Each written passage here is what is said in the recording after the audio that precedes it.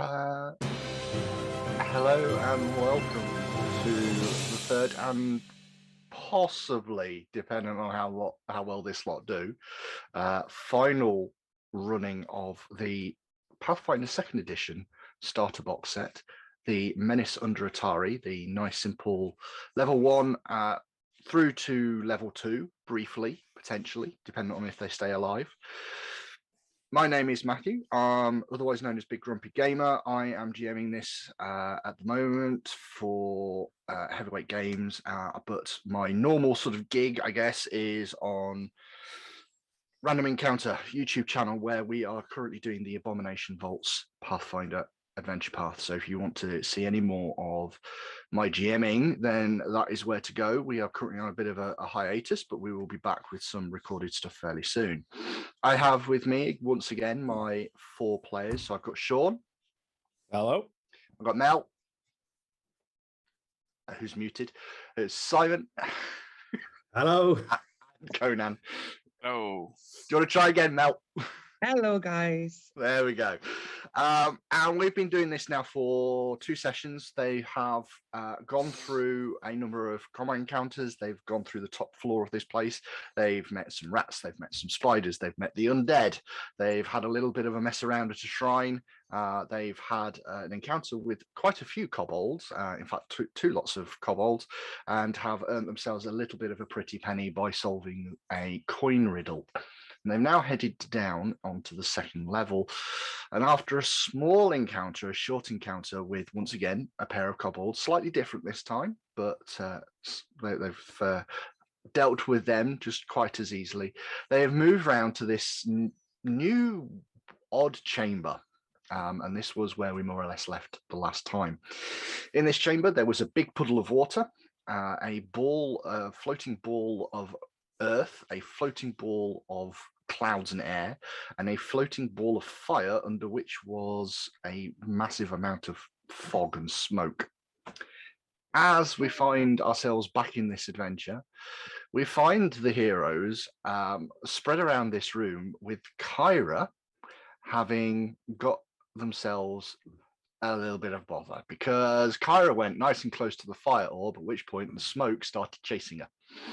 And that's pretty much where we find ourselves. And with a little bit of work and a little bit of shuffling things around, we have discovered, there we are, that there is potentially something in the smoke. So, as with a lot of things with the introduction, as a lot of things with the sort of intro box set, this is going to be attempting to explain some additional rules effectively. That's kind of what this is all about. It's about trying to bring in some additional stuff. And there's a couple of things in here that you guys are going to have to contend with. But let's be fair, the only real thing I need to say on this one is it's time to roll some initiative, guys. We're going straight into this. We're just going to go straight in. Now, I think for the most part, there wasn't anybody scouting, so we don't need to worry about that. You guys are just rolling your initiatives. I believe, though, we have somebody that's stealthing, so we still have a little bit of stealth going on in here. But yeah, we'll roll that one up. Okay, so it's a nice and simple start. Kyra, as it happens, is going to get to go first, which is probably a good thing considering the situation you're in. If you remember last time, Mel, you got yourself close enough to this smoke that you started to cough and it kind of got full in your lungs. And you have, because of that, got the sickened condition, which is going to impact quite a few of your numbers, I'm afraid. But other than that, you're okay. All right. I'm going to move up the smoke. It's a good start. It's certainly a reasonable option. Yep. So take a nice simple move out of there. Two more actions. What would you like to do? I don't know actually. I'm gonna raise my shield for 1. Okay. Yep. Can you do anything about conditions on yourself? So I don't know. Can I do anything about conditions on myself? Normally with the sickened condition, you would be able to. The sickened condition actually allows you to effectively use an action to try and throw up to get rid of that second condition. All right. Nice. However, unfortunately, that is a normal second condition. This is not one of those. This is like smoke in your lungs. So unfortunately, rather than having to ret it all up, it's just going to be there for a certain length of time, I'm afraid. No tactical bombs. No tactical stuff in this one. You are stuck with this one at this point in time. So, yeah. What does this do? Let's have a look. Let's, No. There's no point me using that.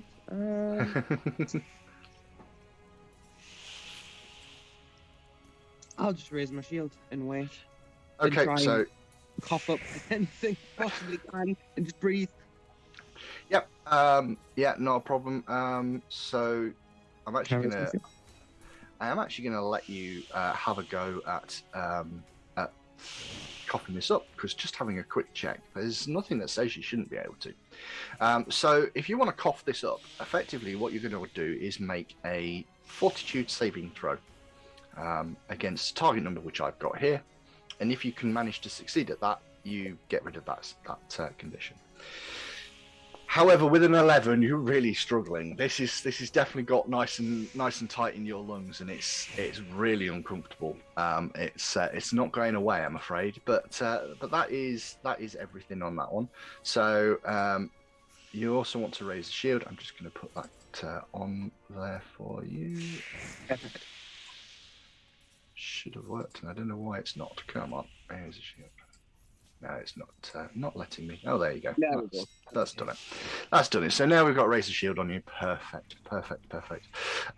So that's your 3 actions. That moves it over to Gert. Hey, what did we see about the other orbs again? So the other orbs are just hovering in the air. They don't seem to be doing anything.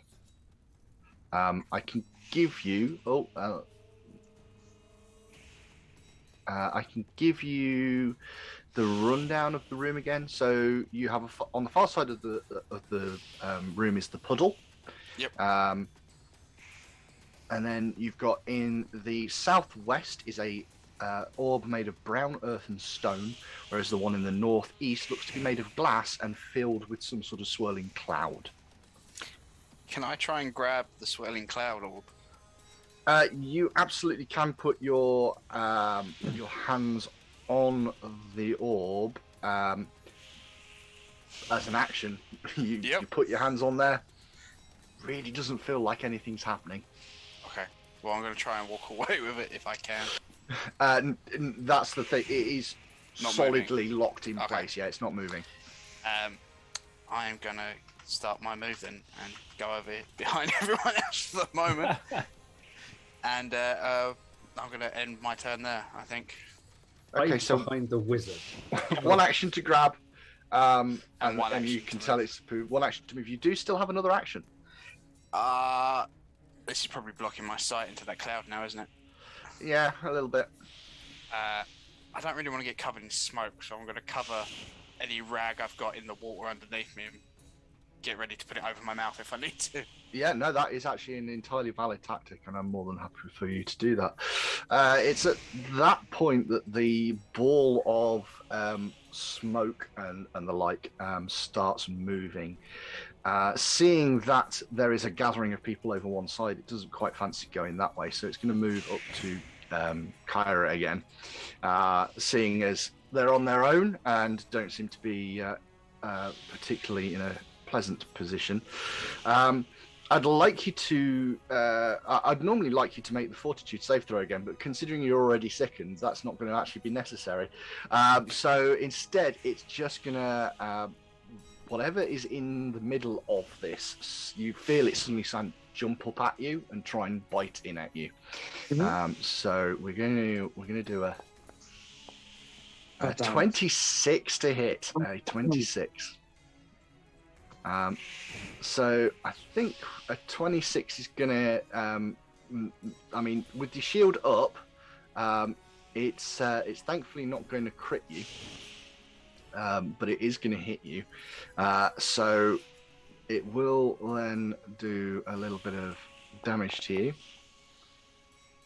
So it does 9 points of damage. All right. However, it also does something else. Where the bite comes in, you suddenly feel it light up. Just this fire starts catching on your skin. You're also going to take something called persistent fire damage. Now, effectively, what this is every single turn you will take this damage at the end of your turn. But there are ways of getting rid of it. Okay. So when it comes around to your turn, I will let you know how to do that. The only thing that is important is how much that fire damage will be. It's only going to be 1 fire damage each time. So I will put that onto your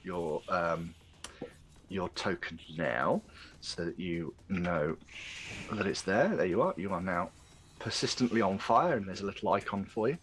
And then it's going to, it's actually going to back off, doing what it's done. It's going to then run away. Okay. Ezran. Can you tell Ezran what I've kind of felt in the clouds as he's... Oh yeah, absolutely. I'm happy for that to be a free thing for you to sort of shout out and say something's in there. Okay. Something jumped up and bit me in the buttocks. Okay. Guys?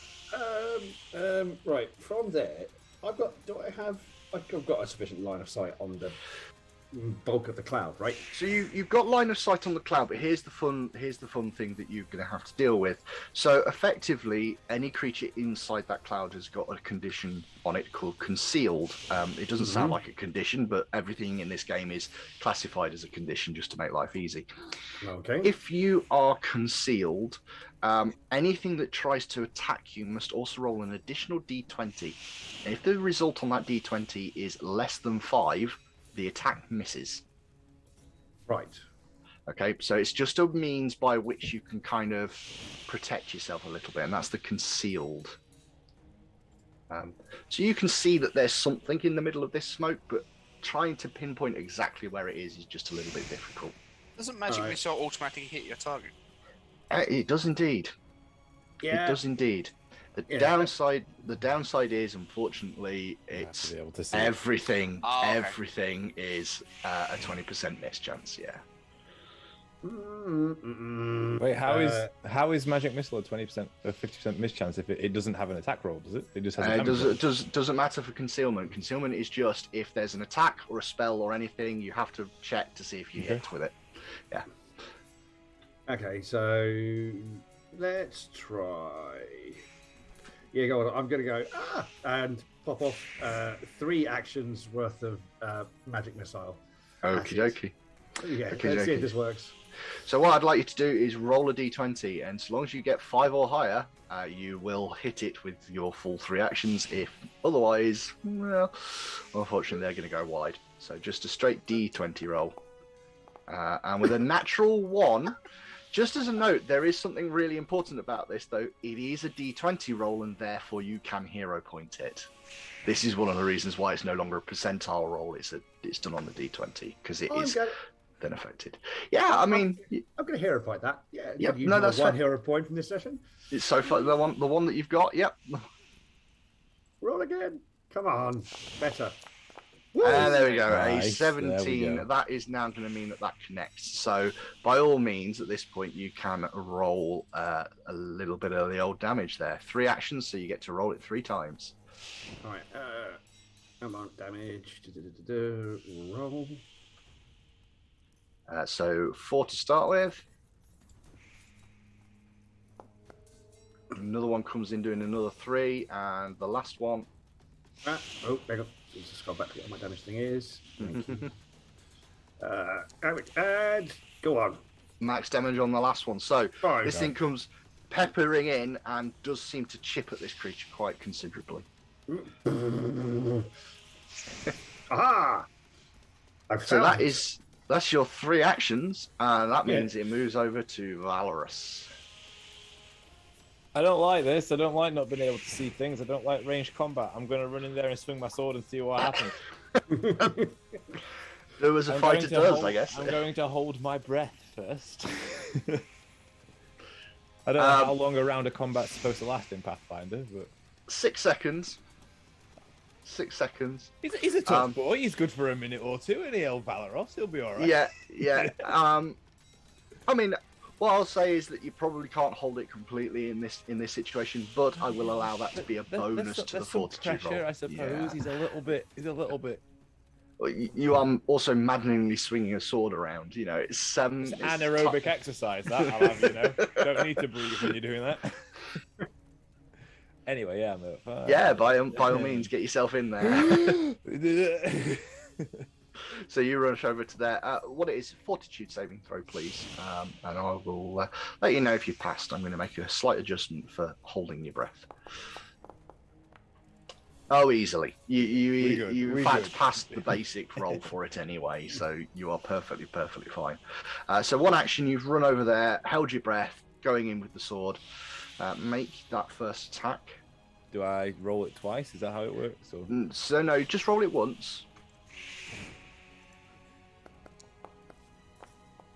Okay, and then what you will need to do is roll just an additional d20. Okay. So if you go down to that bottom corner, just click on that d20 and off you go.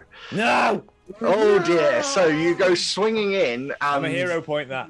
You're gonna hero point it. That's go for it. Not like go for roll a 3.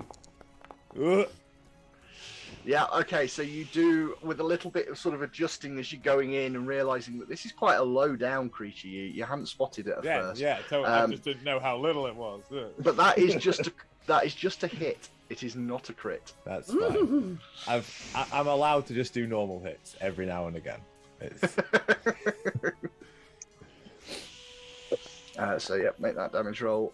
With a 1, that's painful, isn't it? Yeah, it is. So you still have another action. Yeah, I'm gonna swing my sword again. Yeah, that seems fair. +4 now, isn't it? There we go. And that is going to hit. I only need to do the concealment thing once a round. No, you need to do it again, I'm afraid. Okay. So that will be the exact armor class. I'm just letting you guys know. Okay. And that is just enough to catch because it is only a 20% miss. Nice. So that catches. Make your damage roll. Some damage, please. Slightly more than last time. There we go. There we go. That's a bit more like that'll do. So a second swing comes in. You know how high it is now. You manage to sort of swing in and catch this creature, whatever it is in this smoke. And that is the end of the first turn. It goes round to Kyra. I thought he was going to say that was the end of the creature. That's why I started celebrating. No, I'm afraid not. It's still there. Pride. Oh no. Quick, come for a swim. I'm going to heal myself because seems like an option. So what I will say is you are currently on fire. Yeah. Now what happens with persistent fire is you at the end of your turn you will take the amount of damage, but you also then get a roll to try and put that fire out. It's an automatic, it's a free one. Okay. Normally you have to roll 15 or higher, but if you spend an action to effectively pat yourself down, that becomes a 10 or higher. So there is an option of burning a action to make it easier to stop yourself burning.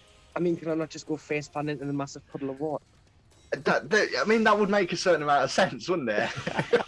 It would. And I think certainly from a descriptive and narrative sense, 100%. And I'm willing at this point to sort of say, yep, if you go for your actions to just dive in that water, you can be completely put out, no fire. And in fact, I'll say you'll take no damage this turn. I'm going into the water. Okay, you go headlong straight into that water, and I will stop the persistent damage. You absolutely put yourself out. You've probably got an action to also heal yourself with a spell if you wanted, or an action. I'm going to heal myself. Okay. Yep, so that'll just be a straight D8 worth of healing. So 2 points. 2 points of healing back. Okay. Nice and simple, quick, easy turns. I like this. Gert. Do we have any, I want to say a bucket or cups or anything that I can hold a quantity of water in? I mean, always go with the principle that if it isn't on your character's kit list, I'm afraid you don't have it. And just having a look in what's in your backpack, other than a water skin, You don't really have anything that I'm would gonna have to try my water skin. do it. So you're I'm fill gonna take my water skin. Okay, Yeah. so you have to get that out of your backpack, and it's going to take you 2 actions to get it out of your backpack. Oh, is it? Oh, do you know what? Yeah. I'm just gonna put my watery rag on my face then and go for a valorous attempt. That's fair. That's fair. No, so to get anything out of a backpack, it's 1 action to take your backpack off your back. Yeah. Another action to then find it. So yeah. We'll go for a So valorous. in you go. Can you do a Fortitude saving throw again? I'm going to adjust this because of the actions you've already taken to cover your mouth with a wet rag. Oh God.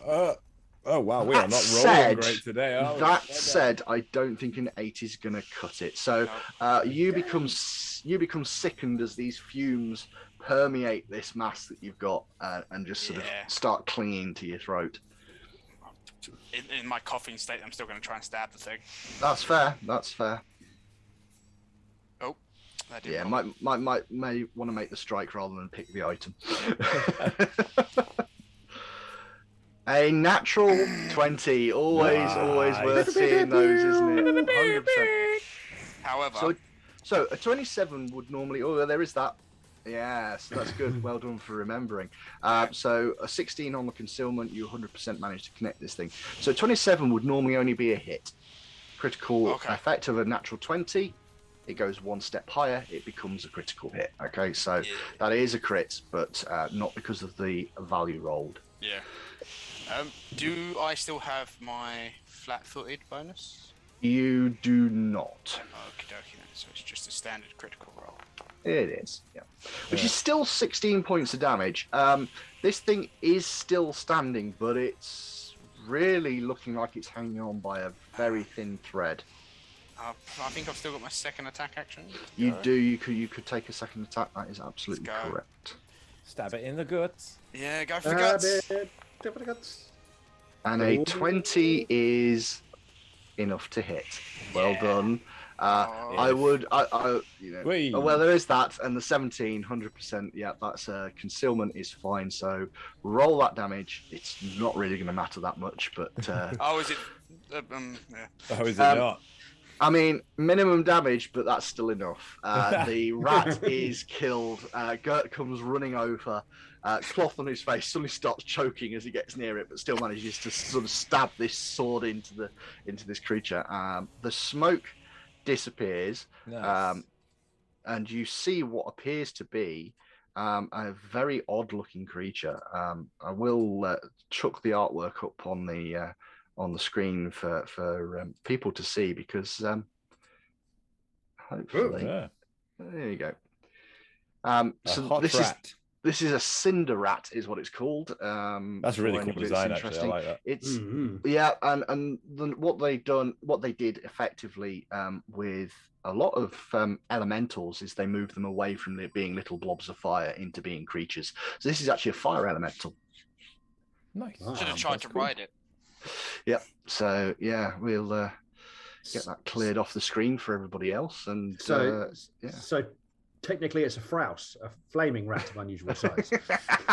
I'll go with that. It is indeed. So you now have this chamber, and all of whatever it is seems to be cleared. The fire orb, by the way, dims right down, almost like it stopped working. Ooh. The other two, on the other hand, are still up and going about. Is the They fire are orb in one fine. piece? Fire orb is in one piece, but it just doesn't seem to contain any fire anymore. Almost like whatever, potentially whatever broke the water one, which is what you now is assuming has happened, meant that there was an imbalance, which means that the fire one then created that creature. Yeah. And the other two are. Who wants to still fight an balanced. earth elemental? I'm currently going to try and cough up what's left in my throat. Yeah, so I'm happy to clear the sickened condition off of the two people that have got it. Functionally, that doesn't go away straight away. You do have to cough up your lungs, but yeah, absolutely no problems at all with that. But you do have this chamber. It is still got two what appear to be functioning orbs of some description. You are free to decide what you want to do with the rest of the room. I want to go try and touch that air orb again, see what's going on with it. Okay. Can I make some kind of Arcana roll, intelligence roll to kind of work out what this room is for? Obviously, it has 4 elemental orbs in it, but is there a purpose behind it? Yeah, I've got no problems with that. I will do. We'll do a little secret roll, knowledge arcana, and we'll just get that out of the way, nice and quick. I like your funny words, Magic Man. What is this for? I need to understand what this is for. This room. This is very strange. So, you would imagine that this potentially must have been some sort of sanctum for a wizard or a sorcerer of some relatively high-level power. Certainly into like studying or doing something with the elements, potentially gaining the benefits of the elements. The only reason you would assume that it's somebody of great power is the wall where the water orb was has obviously collapsed or been knocked through, and it isn't a natural entrance. But there's no natural entrances in here. So when this room was intact, there must have been a clever way of getting into this chamber. The marking, the tile work on the floor kind of points to where I'm stood. Yeah, Exactly where you are. indeed Is it there does. anything along the wall there that we can kind of see? So you have a pretty detailed look over it, and while in the end you kind of find this fine patterning around the wall, it looks like whatever that was doesn't work anymore. The magic that potentially brought you into this chamber, it just doesn't function. It's broken. Good. Also, You walk over. Can I try a medicine check to heal myself? Absolutely, you can do that. I'll see what the result is in the background. Gert, you put your hand on this orb. Yep. And after a couple of seconds, you hear in what appears to be a kind of very wispy light voice, "Call upon the wind to gain my blessing and soar through the skies." That makes me think I can fly. Now I'm a flying talking goblin. yeah. Call upon his blessing. Okay, I'll ask the air to bless me. You absolutely, all of a sudden, you feel this sort of energy coming into you. You know inherently that if you call upon the wind again, you will find yourself flying. Yeah, flying. At least for a little bit. Yep. All right, goblin, both flying chill out. goblin. Yep. Interesting. I sort of want to waste it, but I might hold it. I think I'm going to be a little bit smarter than that. I'm going to go Well. over to the fire orb and put my hand on it. You feel nothing other than a dull heat, no sense of anything there anymore. Well, they let that out. What about the air orb? Okay, you place your hand upon the earth and you suddenly hear in your head in a rather gravelly voice, almost like boulders falling down a hill. It's got this sort of rumbling sense. Call upon the earth to gain its strength.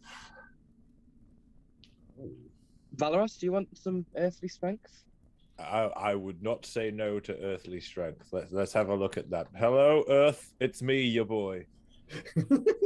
So again, you place your hand, you get the same message, and with a little bit of a sort of willing it through your body, you feel this connection to the earth.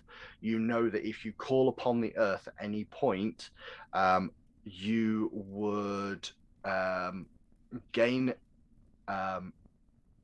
for an entire turn 2 additional damage on each of your attacks as the strength of the earth goes into your body. I thought it was going to end up being armor, but I'll take that. I'll take it. You're the one that I mean, hits if the it was most anyway. armor, I would have probably took it, to be fair, but it said strength, so... As the fire was not working, can I check out what the pedestal in the middle? Because you know what is the 5th element? You actually feel that might be like a gathering bowl It's like a pedestal Okay. with a large bowl on it, and you think that potentially somebody with a lot of arcane skill could draw from the elements and maybe try and combine them. The Avatar. Ooh. It is. But the entire chamber is broken, other than the 2 orbs that still seem to be working. This chamber is. You need to effectively rebuild it, rebuild the water orb, rebuild the fire orb effectively, or at least repower it before you could even do anything that this room might have originally been intended for. Fair enough. Oh, did Kyra heal herself? Kyra has healed herself. Kyra critically healed herself and will get 4d8 worth of healing Good back. lord. So, yeah, patched yourself up good and proper there, Kyra. And it looks like the entire group is, once again, ready and able. Is anybody else touching any of the orbs that they haven't touched already? I'll actually try to touch the Earth Orb again. Okay, exact same thing. You hear the voice in your head saying, call upon the earth, and I call upon the Earth. absolutely, you will gain that bonus as well. Sure. I'll do the air as well. Okay, yep, you get the thing in your head. Absolutely, you can call upon the air, and you will gain the ability to fly. Yeah. I don't use strength, so I'll leave that one out. Can I call upon the air too? Yes, you can. And while he's doing the air, I'm going to call on the earth. And you absolutely get the blessing of the earth as well. So, Okay. remember... I'm going to come up with some weird junk. I'll go for a double prizes too, just in case something goes wrong. The strength of the wizard. Yep. Muscle The wizard strength cast of the wizard. fist. So, all of you need to remember the following. You've all taken both of the blessings. The earth one is for a single round. You will gain +2 damage on all your physical attacks, melee attacks. And the air one, for a single round, you will be able to fly.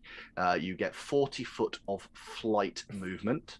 Ain't even a little bit. That's a lot of flight. That's not. It's quite a bit. The only downside is if you do not land on solid ground, be aware. You fall. You're going to end up with me holding onto a chandelier or something. Like, no, I'm up here now. This is my home. Typical rogue behaviour, swinging off the chandeliers. I live here. This is my home now.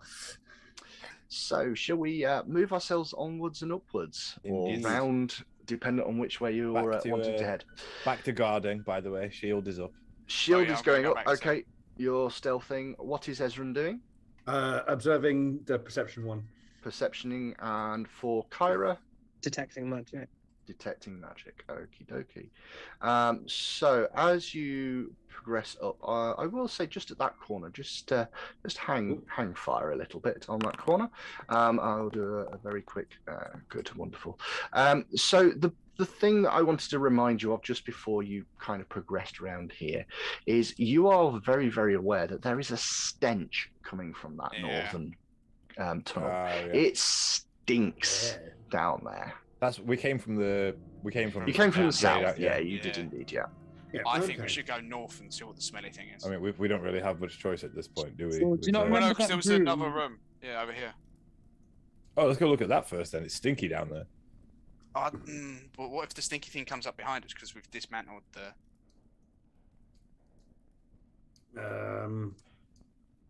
Already moving, can't hear you. Decision made. Oh. Just glad I'm stealthing. Need to reset my screen. I've entered the room. I'm not moving anymore. I need That's the good. light. Please There's the advise. light. Good plan. Always a good plan to get in the room and then stop. So while much of this rectangular chamber is in ruins, the center contains a fountain of pristine water with something glittering at the bottom. In the middle of the fountain is a marble statue of a mermaid, her lips pursed as if she were about to blow a kiss, or maybe whistle. Each corner of the pool has some sort of mechanism embedded in the stones, but the one in the southwest corner appears to have been smashed. Are we supposed to be able to see that spiky-looking token in the pool? Not really. Okay. Ah. We shall just deal with that and hide that away. Yeah. Okay. There you Yeah. What spiky-looking token in the pool? go. So, I mean, to be brutally honest with you, there is a nice quick check that I will be doing just in the background. So, if you wouldn't mind just holding fire before you move, because something might happen. Just saying. Definitely not related to a spiky token in the Definitely not really like. No, it's nothing like that. Right. So, to be honest with you, Gert, as soon as you step in here, you do realise that the fountain is not all it should be. There's plenty of water splashed around the floor, and as far as you are concerned, that fountain is trapped. Yeah. 100%, that fountain is trapped. I was sure something else was trapped before, but I'm going to go with it. Can I spot where they are? And if I disabled them?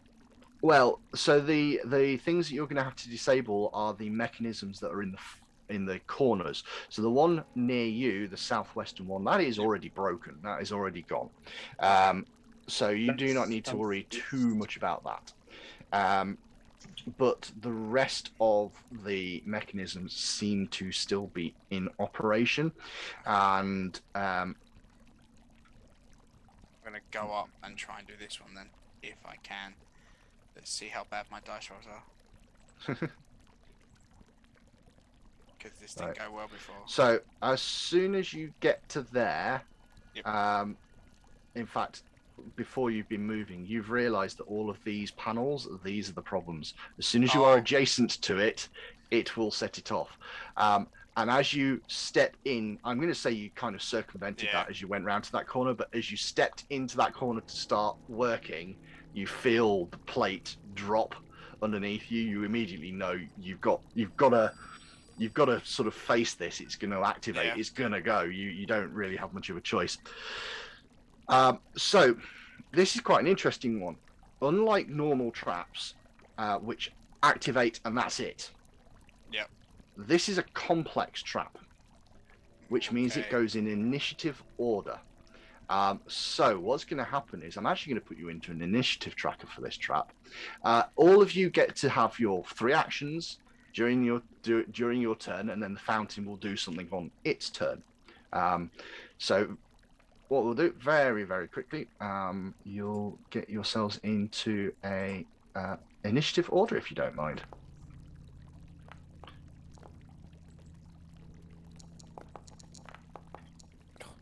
Goodness me, guys, what's going on with your rolls? Mel's dice knocked mine onto a Of course, it was absolutely somebody else's fault. It's never your own. So as you step onto this thing, it immediately starts moving. It goes way before any of you, and this thing activates and starts turning. So what happens is the center column, the center mermaid statue, starts to turn and rotate on the spot. Clockwise or anti-clockwise? Well, it's as far as you're aware, it's in a bit of a sort of random direction. It just seems to be spinning on the spot. And I'm fairly certain I'm getting got first. No. Well, you say that. Effectively, what I get is I get a random thing that happens, and I need to roll a dice. So I rolled a 5 for this one, and what's going to happen is the statue spins around, firing a spray of water at each corner of the room that still has a functioning mechanism. So effectively, it's going to only hit one person, and that is going to be Gert, because he's right at the corner. Make a reflex saving throw, please. This will allow you to take half the damage. That is a success. So you will take half of what I'm about to roll, because I roll 2d6 damage. So you are going to take, it's half and it's rounded down, so you will take 4 points damage. There is a half. There's a half button, so that works nicely. That is its one action for the turn. It doesn't get any more than that. Gert, it is your turn. All right. So, as we said, disable devices is a thievery check, and you can see if you can disable this piece of work. As a note for everybody else, you can just try and smash it. If this doesn't work, you can just try and smash the thing, but you will obviously make a lot more noise if you smash it.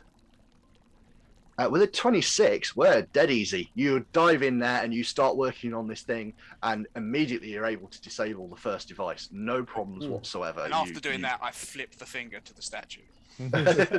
You still have 2 actions. You go you're rushing up to the next corner.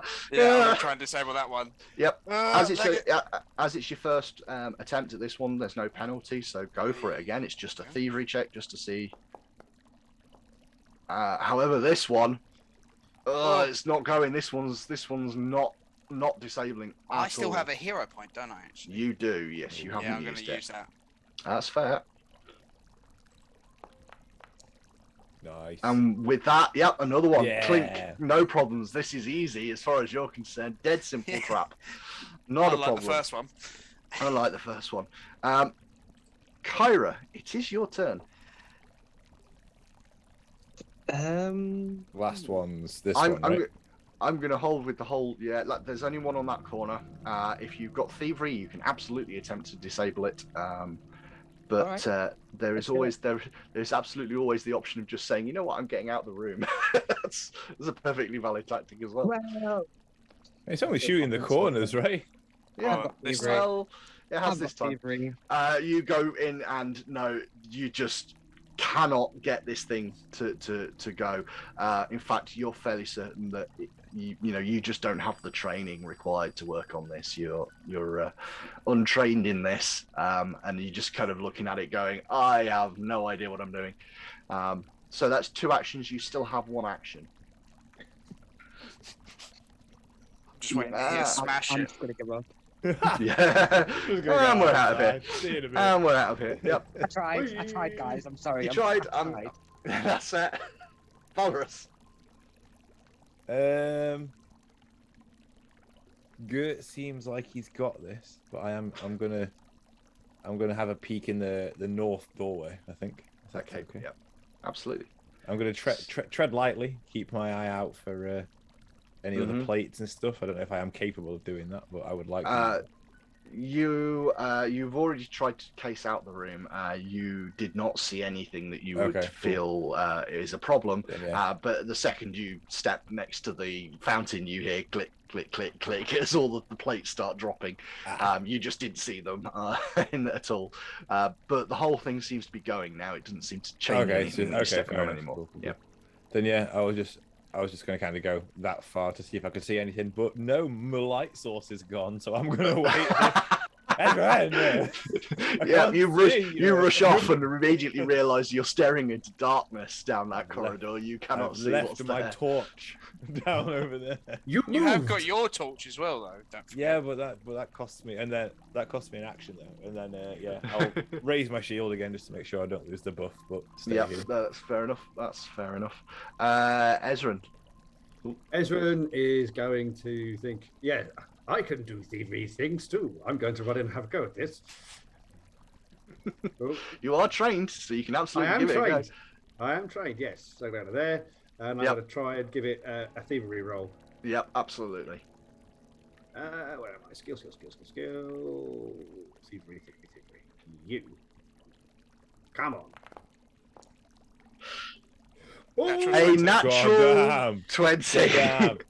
Ezran walks over, having seen Gert really heavily dealing with this corner and then the other corner, and sort of walks up to it and just goes, switch, click. Just like bonks it with his staff. And the statue just you had trouble with that. Stops turning.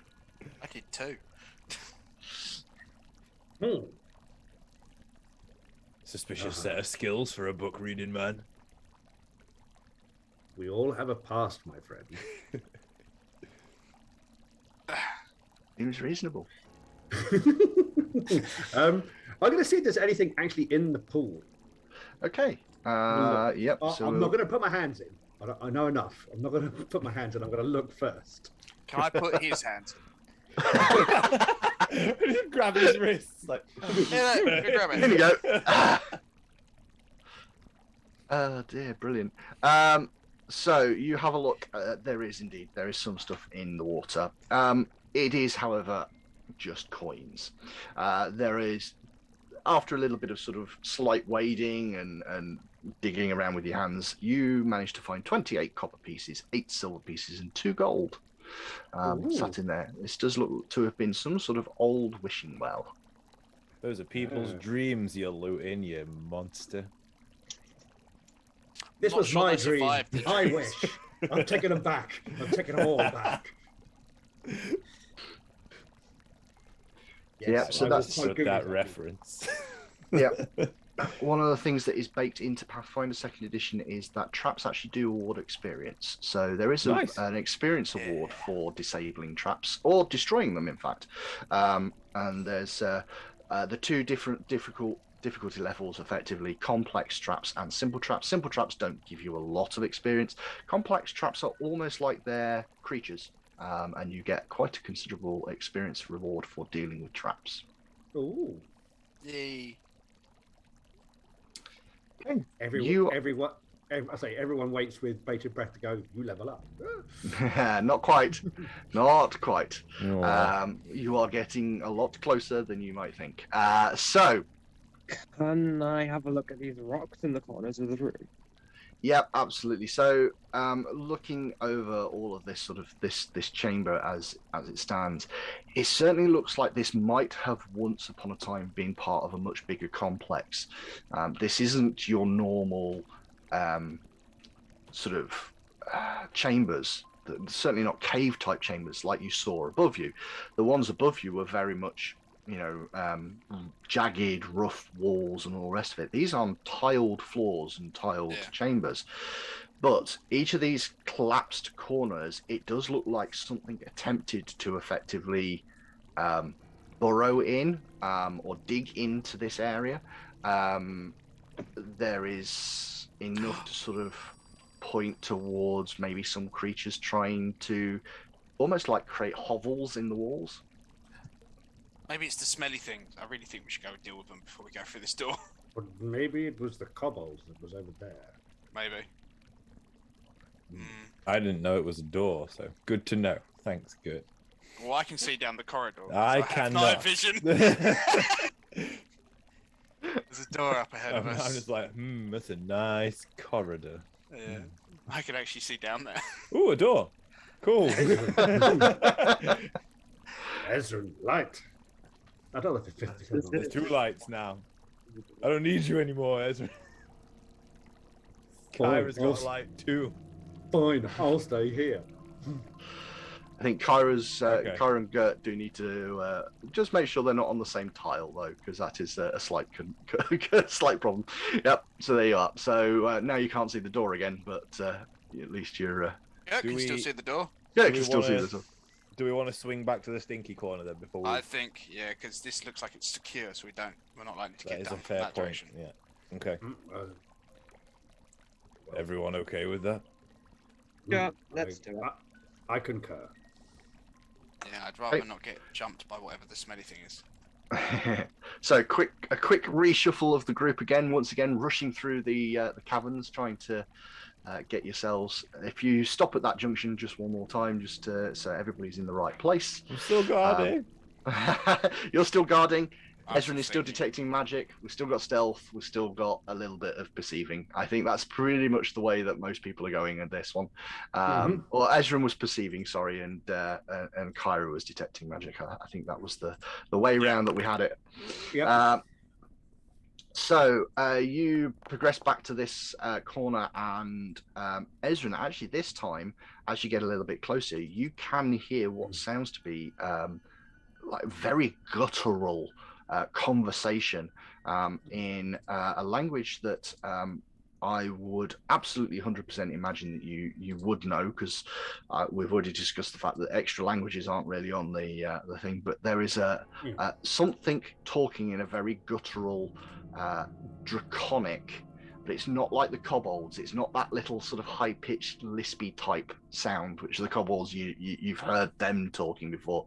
This is very deep, very gruntled sort of, I don't know, just deep timber to it. Something is speaking dragon up there. It sounds big, or at least very bassy in the voice. Could just be a very big kobold. Just say hello. Good. Very Good. barrel-chested kobold. Let me have a listen, see what he's saying, and I'll try and listen to see if I can pick actually anything out. One or two far away. So you can't really. It's just a little bit too far away. You know that they're in the chamber ahead, and there's a certain amount of echoing, which isn't helping.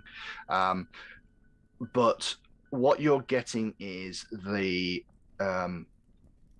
it's almost like light conversation between 3 different voices. 3 of them. I go take a look, Gert. Oh, Gert. Is he there? Oh, Is his camera frozen as well? Actually, His camera frozen. Yeah, he's absolutely frozen in place. There he oh goes. no! There he Is goes. that, There he goes. We're gonna have to take control of his character for. Oh no! It's Goes to absolutely investigate. Send him forwards. Oh, and yeah. Oh, I'm back. Okay. My internet died for a second then. We noticed. Conan's the We game master now. absolutely noticed. When we were talking to you, it was like, oh, wait a minute. Yeah, right, my internet just That's, copped out. Nice. A bit of shuffling going on. I mean, I'm not looking at the stream. So, Gert, what you were effectively asked is, do you fancy going up ahead and having a look to see what you can see? There are 3 voices: low, bassy, and speaking dragon. I'm Oh, not. okay.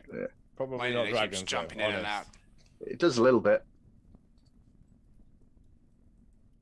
My internet connection's unstable. 2 seconds while I connect to a different Wi-Fi. I'll do it in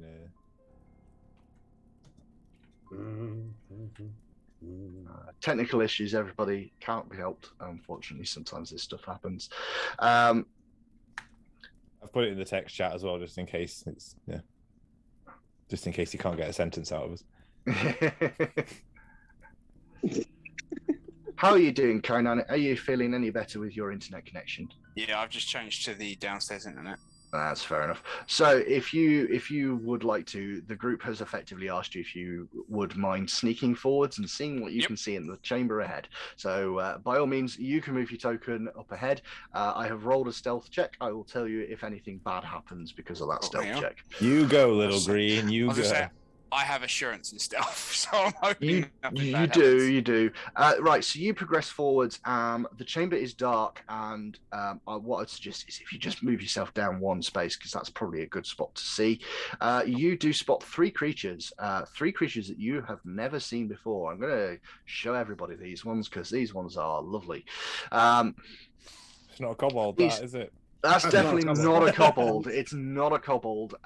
So you can see these large creatures, tails out the back, these huge maws of really sharp, ragged teeth, very long, sloped back, lizard-like feet and hands, but they do have weapons near them. There's an assortment of clubs and javelins on the floor, and they do wear light leather-looking armor.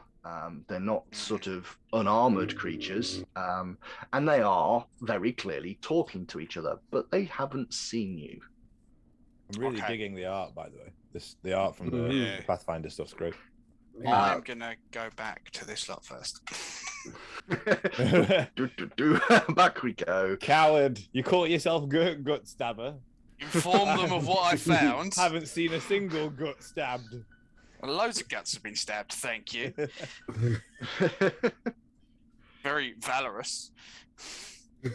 I think I have been, actually. Ooh, do we want to go and count how many crits I've had this game? Valor, not murderous intent. I ran face first into that cloud of smoke, didn't I? That was pretty damn valorous. So did I. Saved the lady and everything.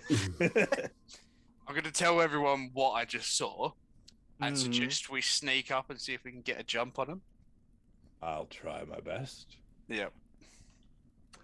So what we're going to do is while padding the walls because I can't I see. was gonna say, Gert, was there light in that chamber, or was it you're seeing in the dark? Oh, I can just see in the dark. there's no fire in that chamber or anything. No. No, not I can tell. So Or I can lure him. I will very quickly just do, if you're trying to be sneaky, I will allow that to happen. Is anybody here specifically swapping to being sneaky, or are you just going with whatever you can passively manage? I am going to try to specifically swap to being sneaky. Okie dokie. Likewise. Okay. Oh, go on then. Woo! Which means I'm going to turn the lights Stealth off. Yeah, lights off. The lights off. You know, you could just throw that ever-burning torch into the middle of the room When we get there. when we get there, Well, so we that can all don't- see. Well, maybe I will. Maybe So that's what I was going to do anyway. Oh, okay. you all progress yourselves perfectly fine forwards, no problems whatsoever. Gert, you feel a little uncomfortable. They're clearly not doing as well as you can do. I'm going to keep slightly further away from them as we sneak in then. Just Yep, that's fair. not like too far that I'm abandoning them, but enough that if they get spotted, I won't be. Valorous effectively sounds like a bag of nails being rolled down a hill. There is a lot of clinking of armor and various other bits and pieces. However, as you notice sort of these creatures, they're clearly in some sort of heated debate now. They are quite being loud and vocal at one another, and they don't seem to have noticed that people are coming up. How do I switch my light off, by the way? So I can do that one very quickly for you. We shall just drop the lights. There's one gone, and there's the other gone. That is, however, going to cause you some problems because you literally can't see much now, and it's very difficult. You are almost reliant on Gert giving you a little bit of guidance as you move around, and you are bumping into each other quite a bit. So I'm going to just I'm going to put your tokens in a reasonable sort of place. I'd suggest you all stop there. Gert is definitely managing to sneak really close to these things, so I am 100% happy with where you are. You have free reign, considering your previous stealth roll. See the tokens. No, that's fair because I had made sure that they were not completely visible. Just give me one moment. It's like this is currently an empty room for me. There they are. Oh, there they are. Oh shit. So, what we're going to do is we're going to roll a little bit of a initiative. However, there is going to be a caveat on this one. You're also going to have to immediately roll an additional check for me as well, because the smell as you get further and further and further in here is horrendous. There's my water rag. So can you all roll initiative for me, please, against these creatures?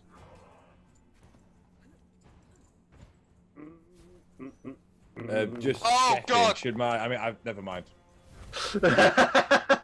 You can't blame me for that one, Valor. To be fair, I was going to check, should it not be even worse because I switched off of what I was doing into the initiative? Oh What did yeah. I roll? What did I roll? It potentially should have been, but I'm happy to allow you guys to roll. You're going to let me go on that 6 Yeah, initiative. I'm gonna- Thanks, man. I appreciate I it. am. Real good of you. Well, I mean, it's what you deserve after all. It's about time I started rolling bad, to be fair, isn't it? It is absolutely.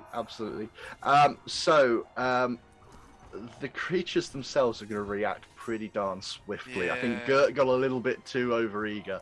I was hoping and I'd have the rushed higher forward. initiative. I'm sure you were. But you are still, however, gaining a bit of an advantage here because they are they're sat on the floor for a start. Yep. They are do not have any weapons on them. So there's going to be a little bit of a a slowdown on this. So what I also, however, do want you to do, because of the sheer horrendous smell that you are encountering, I'd like you all to make Fortitude saving throws, please.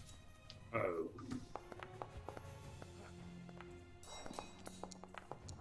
Been an hour. Hero point, please. It's not been an hour yet. Can I use not my quite. first hero point, please, for that one? You absolutely can, yeah, you Cool. absolutely can. I won't. No, I'm that's I'm just going to run and get a drink real quick while we're sorting these out. okay. You feel horrendously sick there, though, Valorous. That's the position that he's going to be in, sickened by the atmosphere and all that's going around. Everybody else is actually going to be pretty much fine, I think, other than possibly Kyra. Yeah, I'm sorry, Kyra. You were still, even with the hero point roll, just short, and you do suddenly start also feeling like you want to throw up from the smell.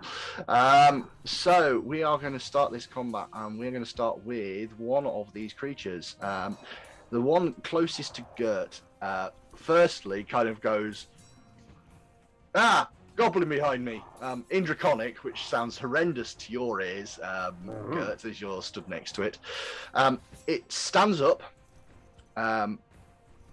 for its first action.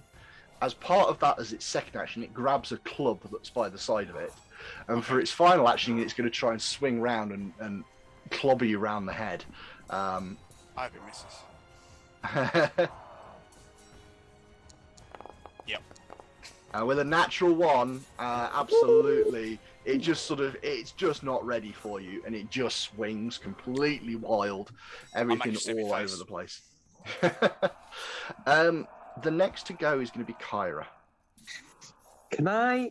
This might sound really weird, but based on the sound that I've just heard from like their gut roll saying there's a goblin behind me, can I like fucking point my staff in their direction and just shine a light on them?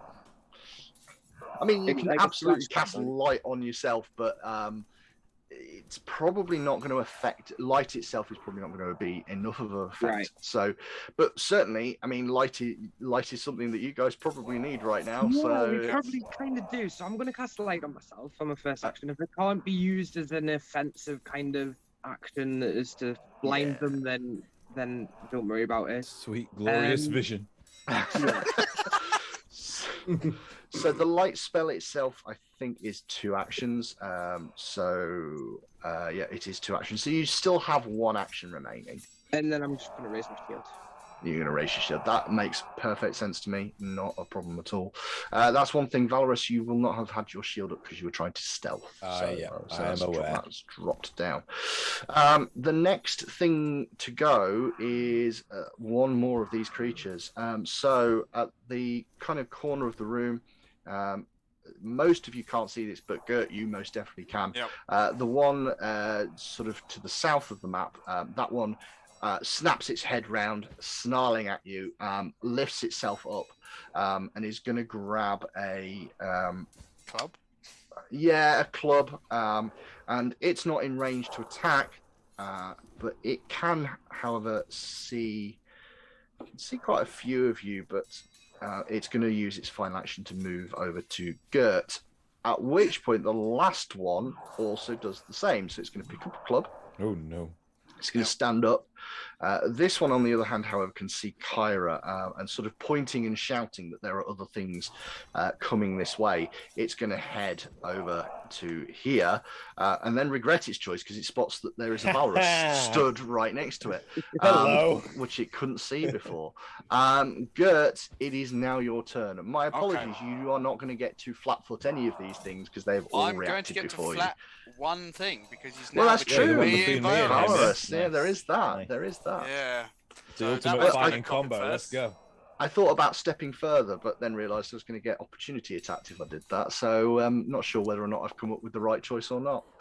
However, that's a 17. With the flanking, that is going to be a hit. Nice. Yeah. Let's go. And damage. Nice. Oh! Maximum damage. You stab deep into this thing. You realise that while it isn't something you've seen before, it's certainly got a humanoid shape, which means it's probably got kidneys. And you go straight in for the kidney shot. It is still standing, but that makes it reel back quite considerably. Still got guts. Still good for stabbing. And do you know what? I'm going to throw a second attack at it. Yep.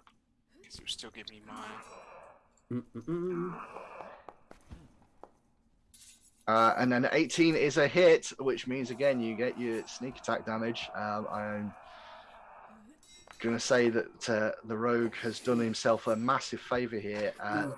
2 shots straight to the kidneys, and the first one drops down dead. It's not looking too good. You still have 1 action. Yep, and this action is going to be this. Run back to the group real fast. Get yourself out of the way. Back behind the wizard. Back behind the wizard. Yeah. You didn't even use your Earth's blessing. Oh yeah, I forgot about that. I didn't need it. Didn't need it. Valorous, after some potential problems with low rolls, you've kind of got away with this. Yeah. Can I, if I step there? Oh, is it my turn? It is your turn. Is that why you addressed me? I don't know if we were... Yeah, it is your turn. Absolutely. Is it an action to call on the earth? It is not. In that case, I call on the earth. What up, Earth? It's your boy. Let me just go back on that one because rules being checked. Oh no, it is unfortunately it is an action. Sorry. Okay. My apologies. I will save it then. Okay. I'm just going to step onto this corpse and muller the next one. Have I got full visibility there? Is that okay? You absolutely do. You absolutely do. Yeah. +8. Sickened. That's what that is. Indeed. Yeah. Where's my +9 gone? Doesn't matter when you roll an actual 20. He's back.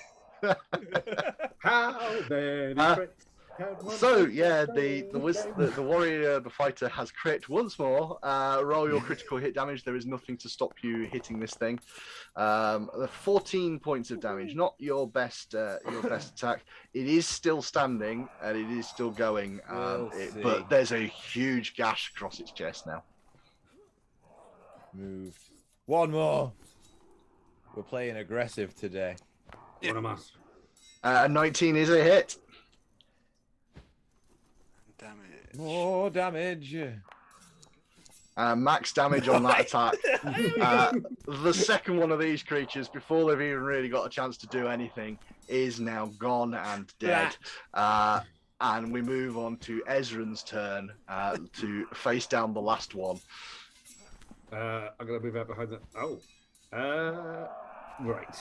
The last one's the one at the bottom down there, yeah. It is indeed, yeah. Oh, I can see that one. Hooray! Going to move out, and I'm going to... I've moved, so that's one. Yep. And then I'm just going to cast a Ray of Frost at it from there, because Absolutely I want to get fine. in close with this thing. Yep.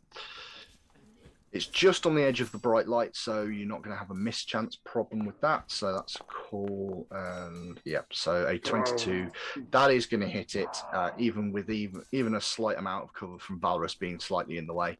That is going to hit. So roll your damage for 5 points of damage. A light burning there. So that's your 2 actions, and you had to move for that as well. So Yeah, I had to move out, I couldn't see. Fine. So that's your 3 actions. One of these creatures still remains, but it doesn't look overly confident about its next set of options. And there does seem to be sort of, it's kind of looking over its shoulder a little bit. It's the funny sort of face I made. guessing. It's the funny face I made. And yeah, so they will.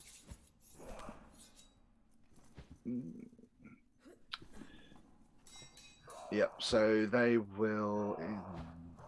No, it will. It will step up to the plate, and it's going to try and swing its club down at Valorous. Come at me. 22. That'll do it. That will do it. He came at me. He did indeed. Absolutely came at you. And back on that turn. So it will smack you with the club for 5 points of damage. Good work. Good work. And then A modest hit. risking the fact that it is going to get hit. It's going to then try and run away. Attack of opportunity, please. Indeed. So it starts heading away down the side here. And with a 15, you do not connect. So it happily, merrily starts. Is it hero running point time away. yet? Not quite. I'm watching that. Come on! I'm holding off on it now until after this combat. Kyra, it is going to be your turn. Right. Can I close the gap to it? So you can obviously spend more than one action to move. So you 100% can move that sort of complement. You probably will have to take 2 actions to get there, but you'll have 1 action left. I'm gonna fucking stab the cunt. Yeah. Sorry. Oh. The bombs. I'm ready to kill something. I want to kill it. Let's go. Where we're doing strikes. First attack. Lady. And a natural 1. Sorry. I mean, it's karma. It's absolutely karma. I'm done. I'm just done. I'm done. Aidy's thinking, I've got to go into Vegas and beep that out now. And So you go running off down this thing, you're going chasing after it, you go sliding in with your scimitar and just sort of slip at the last second, completely off your feet. Gert, I'm a sticking that trip up, one. like, Seriously.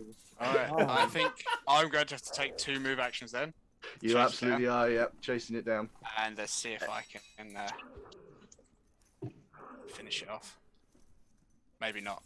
Not with a 10, no.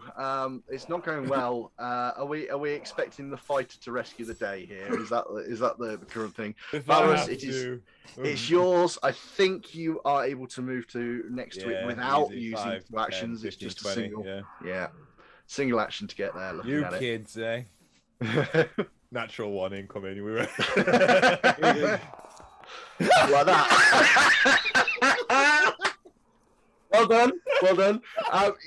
You know, I'm not going to let you spend it on this, but I am going to give you a hero point after the fact for predicting your natural 1. So you have a hero point, you just can't use it on that nat 1. Thanks. Attack 2. Let's go. Oh. complete slip and miss, and I everybody got cocky, is didn't failing. I made too many jokes about my rolls. The fate Ezra. saw, and they were like, "This guy, nah, cut him off. He's had too much." Ezran, you get to go now. See if you Alright. can save people's blushes. Hang on. What? Yeah, you can't go through that gap. That's too small, so you will have to go Alright, around. 1, 2, Yep. 3, 4. I can't get into contact with him. You can't get into combat, I'm afraid. Damn it! I had a spell ready and everything.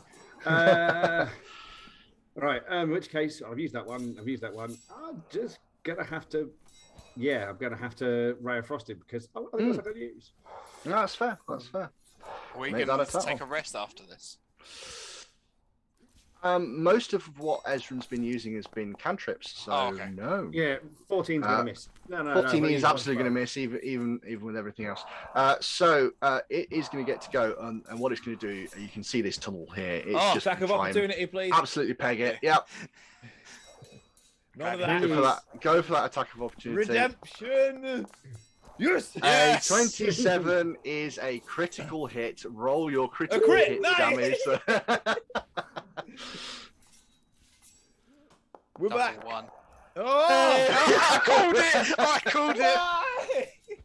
Oh, how did I call that? Call your Oh, ones. dear. Call your ones, everybody. Yeah, well done. Oh, I everyone. called his ones. Well done. So it runs full tilt. Fundamentally, at this point, it Howard. is going to get itself off of this horrendous battlefield. I mean, yeah, could anyone blame that creature for what it just did?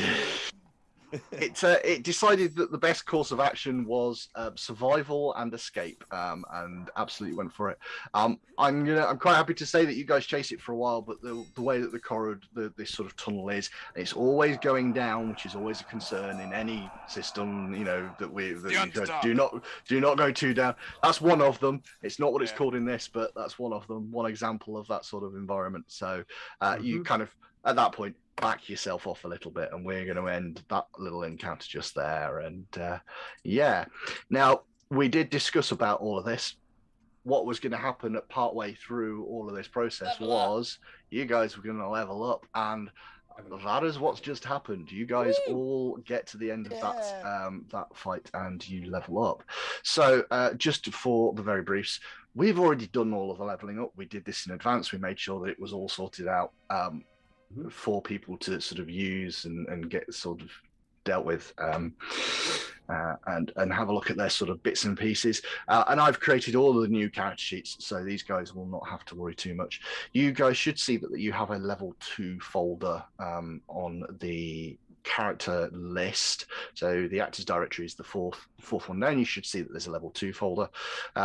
And what I'm going to do is I'm just going to very quickly replace your tokens, because that's the other way that we can get stuff on. We can just dump the extra tokens onto the board.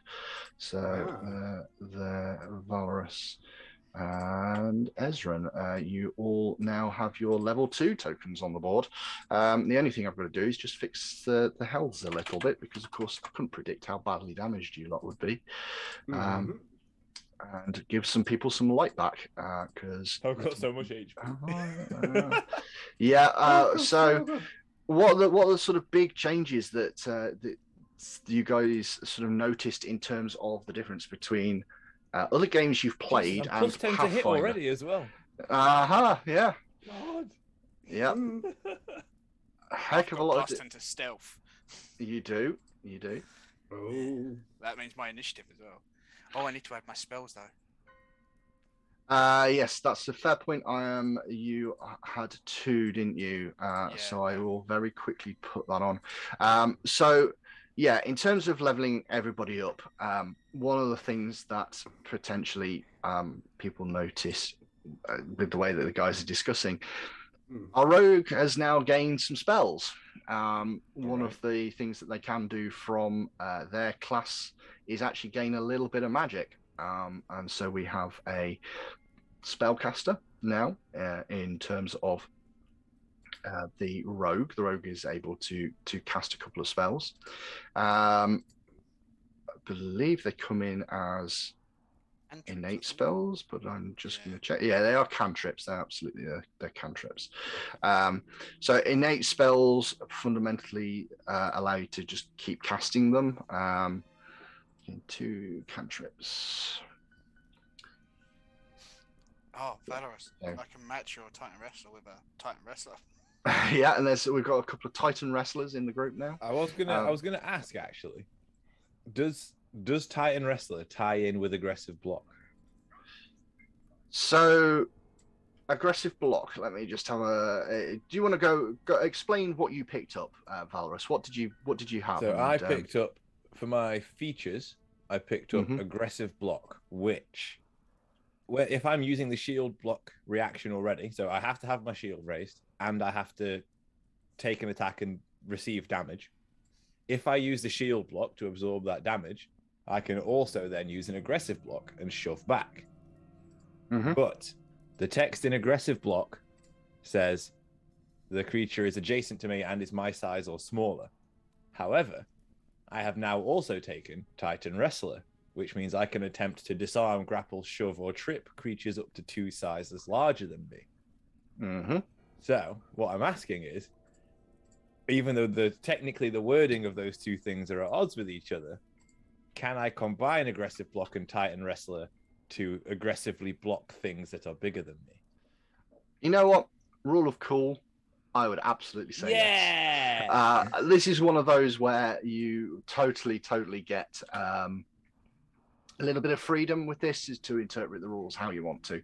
My personal feeling is the aggressive block allows you to shove with your shield, and the rules about the size thing is very much the rules about what the limitations are on shove. Well, you've got something which changes your rules for shove. So I see no reason why the two don't combine. I mean, to be fair, My personal feeling. in the Foundry text, it is the shove and shoving are both like highlighted with that little like tooltip thing. So yeah. I guess according to Foundry's text, it is the same thing actually. It is indeed, yeah. So that's really cool then. I wasn't one actually planning that, but I'm glad I did it.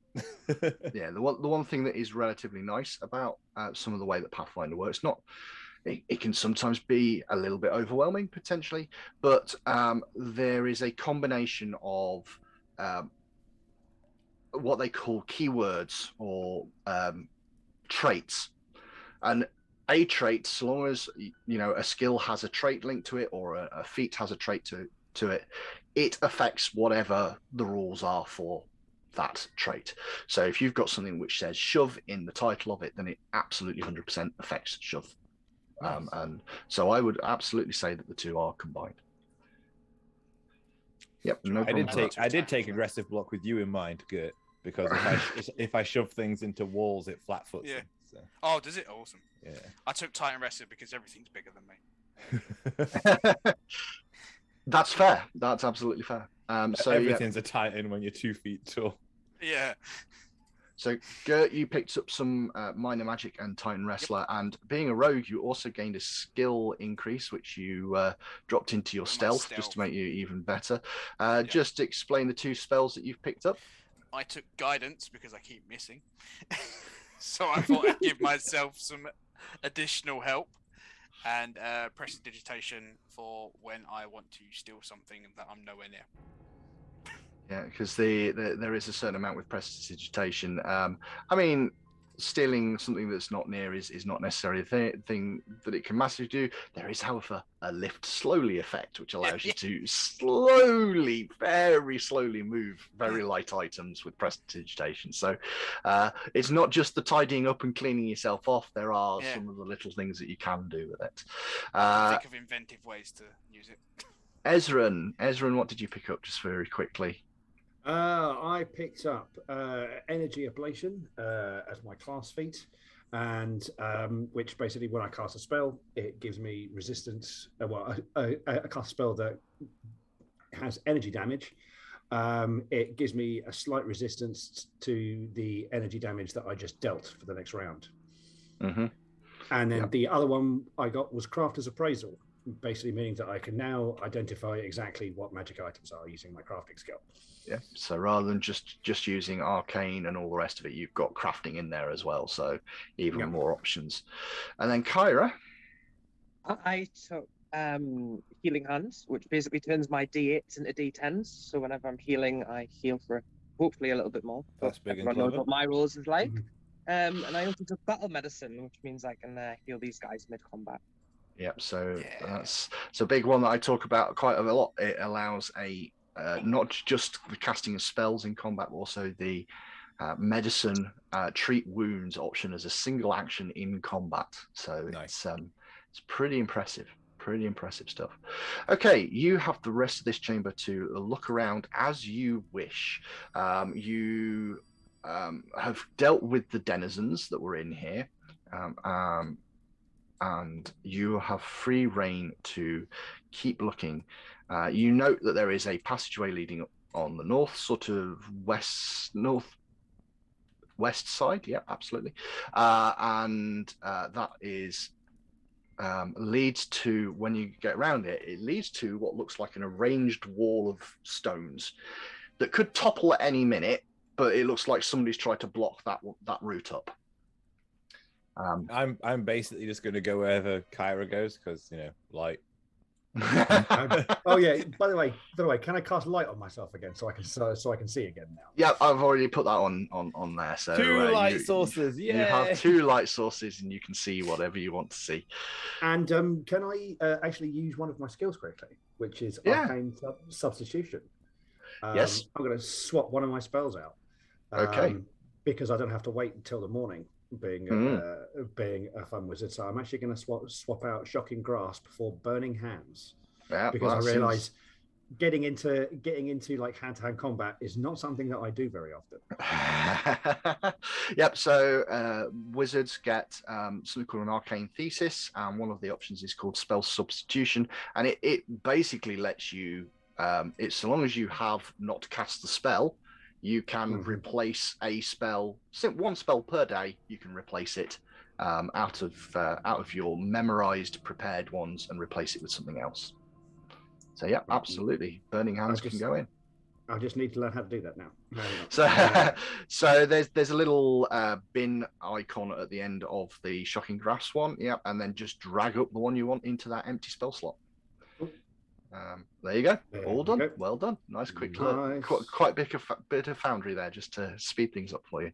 So yeah, nice. So you've got basically you could go back to the door that you've already seen, or potentially you could push down this wall that you've got just here.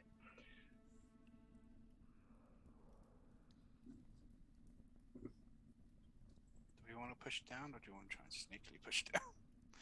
I mean, absolutely, you could do it quietly. Sneaking didn't work so great last time. So it worked for me. Yeah, well, you sneak then.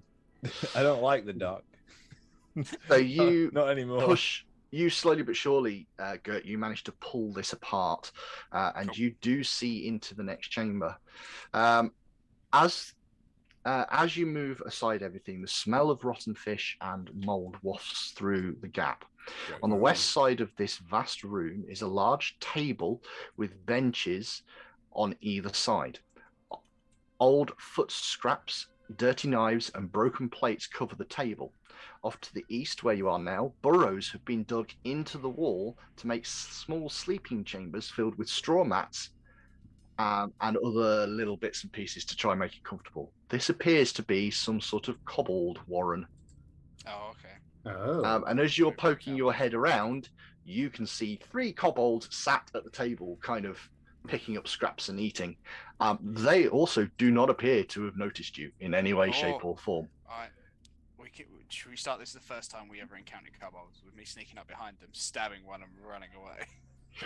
Try and stab all 3, mate. It went pretty well last time. Yeah. All right. Well, before I'll be right behind you. Sneak up. Yeah. Well, you're quite noisy. Yep. If you go do the stabbing, if it goes badly, I'll be right behind you as well. Okay, cool. I'll be there. I've got guard up, by the way, so my shield raised. Okay. So, Gert, you kind of wander forwards. I'm assuming that trying to keep the light back, and you sneak your way forwards, and you get right up next to these guys. They do not seem to notice you. Standard thing though with all of this stuff. Surprise rounds don't exist. It's all based on your initiative roll to see whether or not somebody spots you at the point that the fight starts. So we're getting very quickly through this. Obviously, as we get into the crunch end of this, we are getting into more and more combat. So you have an initiative tracker, guys, which I would like all of you to roll.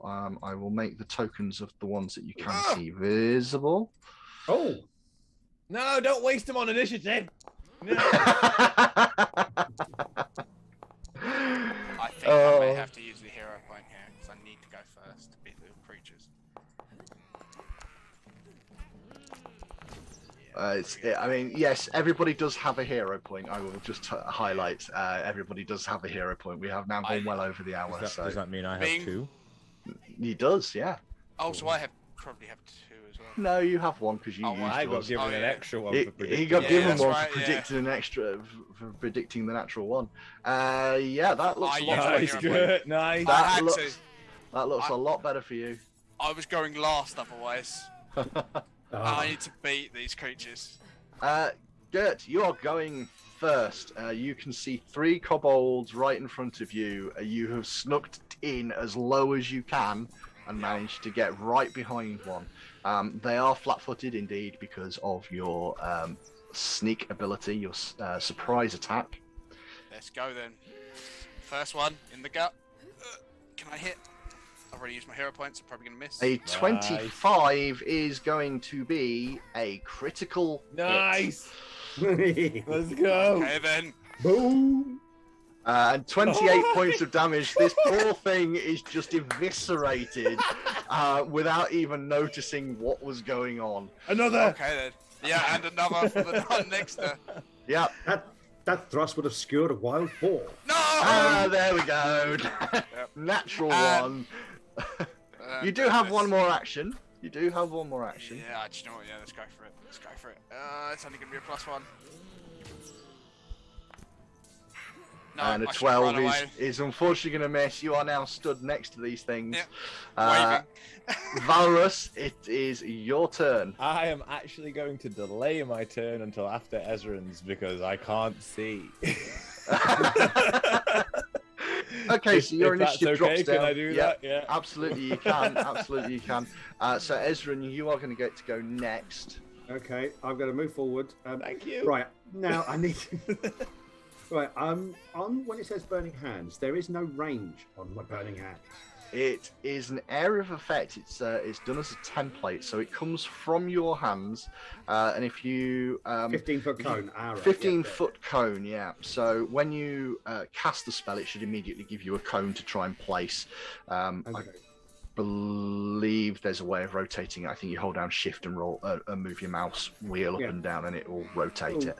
My token has disappeared. Oh, yeah, there you go. You should be able to do it now. That's fine. You should be able to now. Right, click, move. No, it's not moving. There's not? Okay, well, we'll do it the quick and easy way. Go for it. There we go.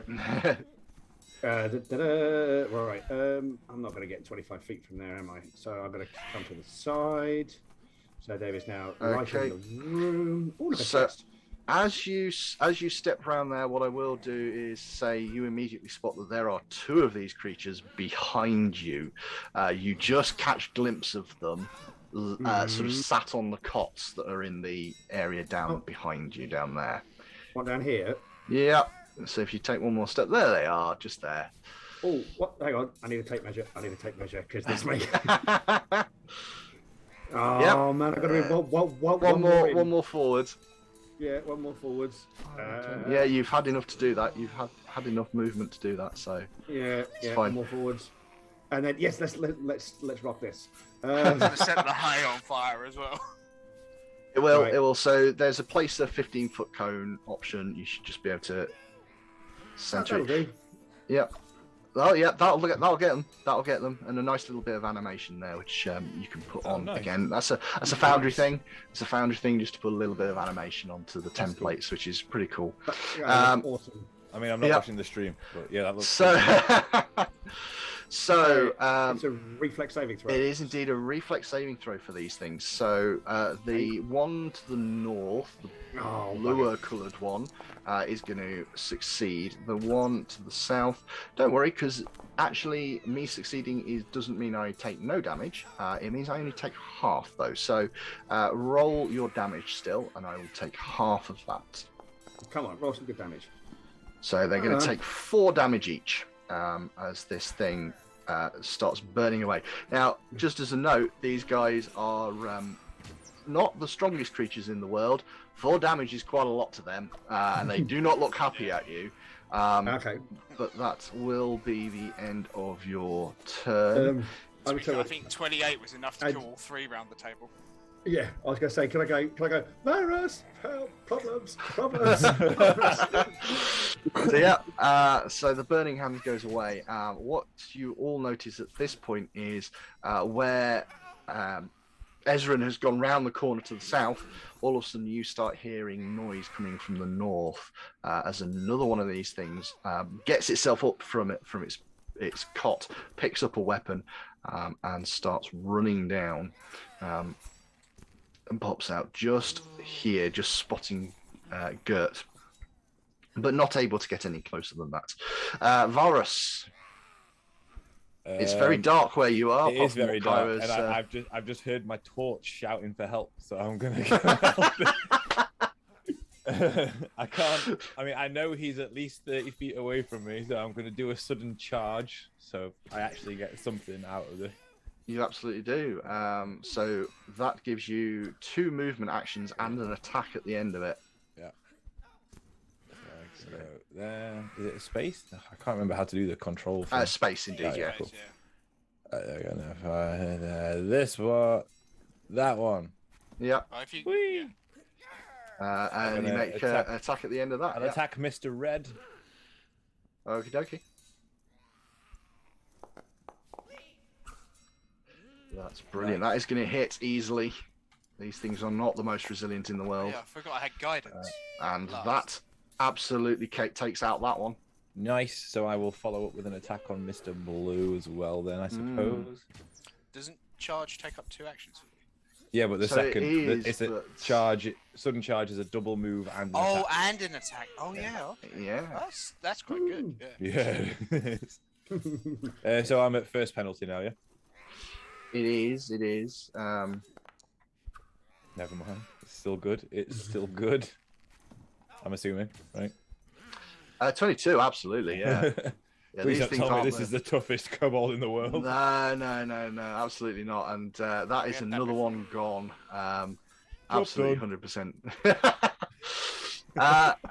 Now, the only downside is there's now a swathe of kobolds at this table, which Gert is the only one that they can see. Yeah, there is that, but my torch was in trouble. So. So the first one on the opposing side of the table is going to move and be sensible and flank. And is going to attempt to strike you with a spear that it's picked up from the table as it went. It's only action because it had to pick up the table. Pick up the table, pick up the spear. And with a 16, you guys are far too powerful for these small creatures now. AC's 19 normally. Yeah, it is indeed. It is indeed. So you get missed by that one. Unfortunately, the one right in front of you that you didn't manage to connect with, it's going to grab a spear and it's going to have a double shot at trying to stab you. No, not with a roll like that. I'm not.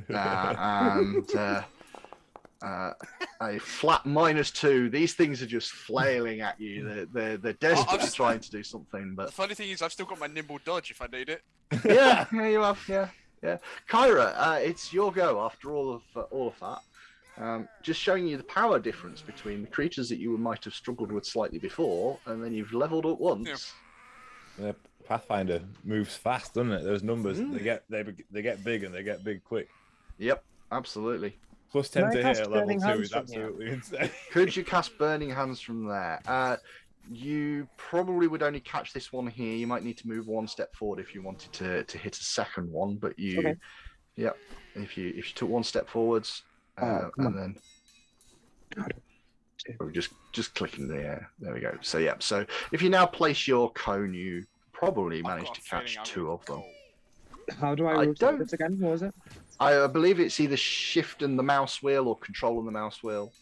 If you cast a spell, it actually has a button in the chat that says "Place your cone."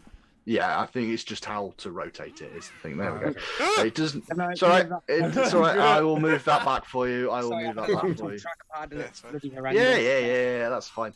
That's not a problem. That's not a problem. That's definitely going to hit both of these. So we'll do another quick round of saves. So the red one at the north is going to be fine. Well, not fine, but it's going to take half damage.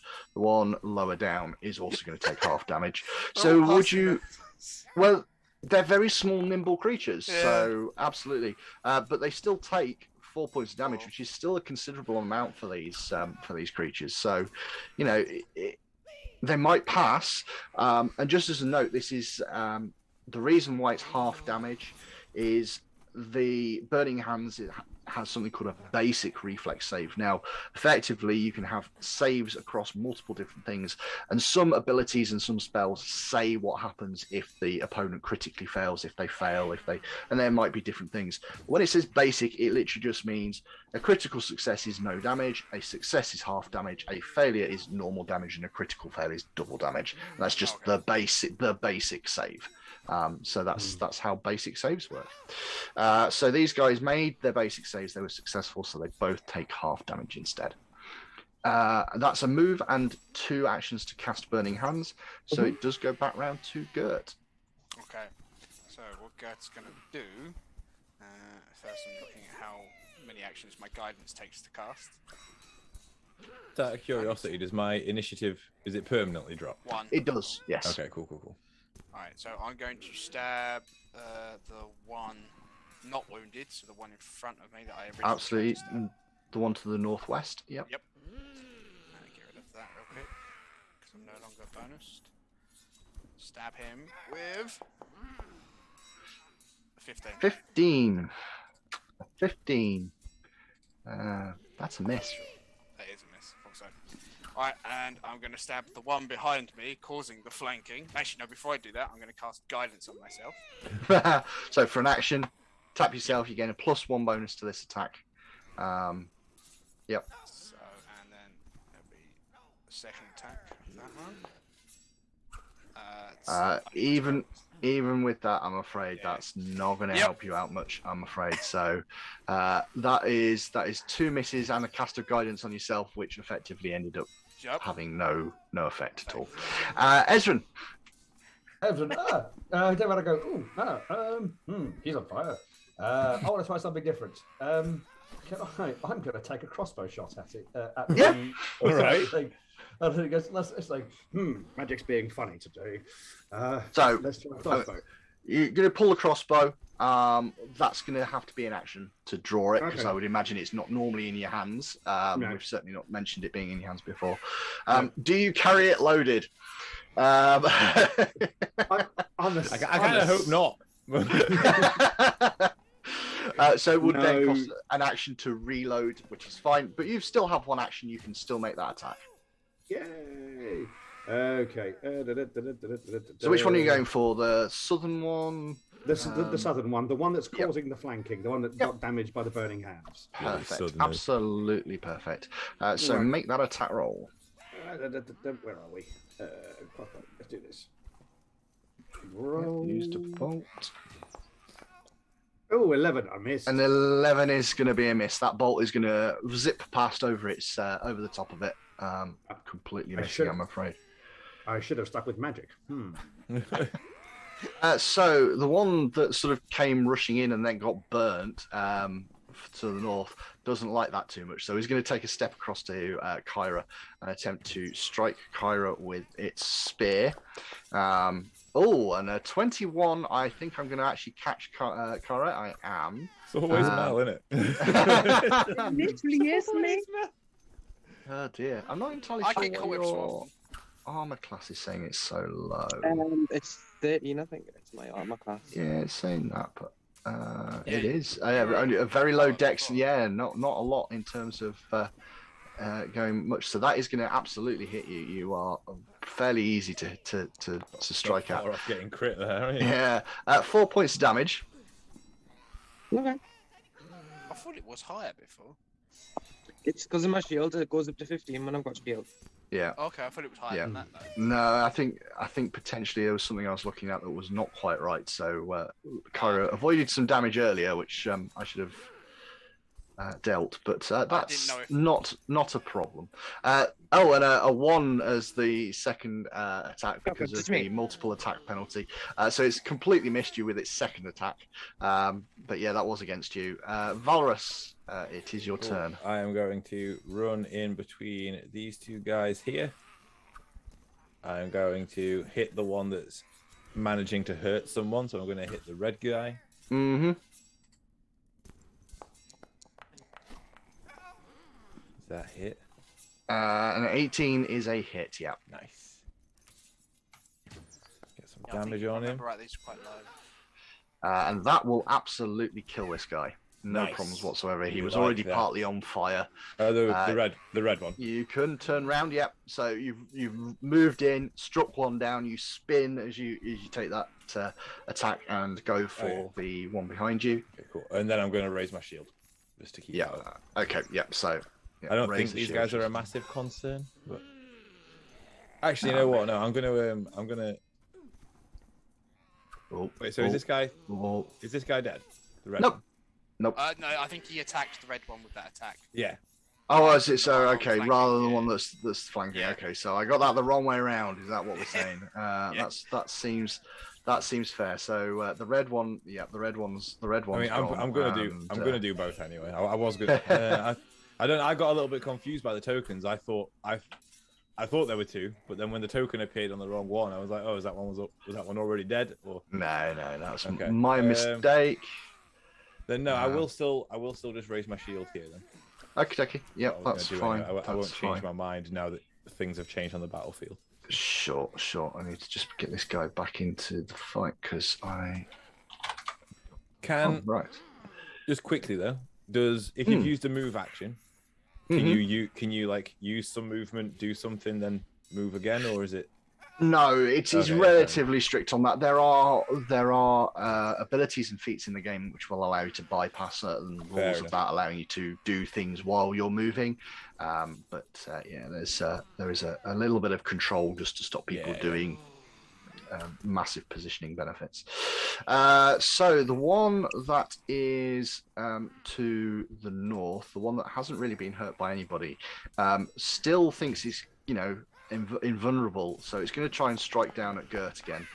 Not with a roll like that, he's not. And then we'll take another stab. Oh, even better. -1 in total because of the negative. And then we'll try and do something called a Hurried Retreat. Effectively allows him to move and try and run away without too much of a problem. And it's going to peg it up these steps, making quite a bit of noise as it goes. Clang. More screaming and shouting. Oh. Yeah, there's probably more in the next room. Shut spot. Kyra.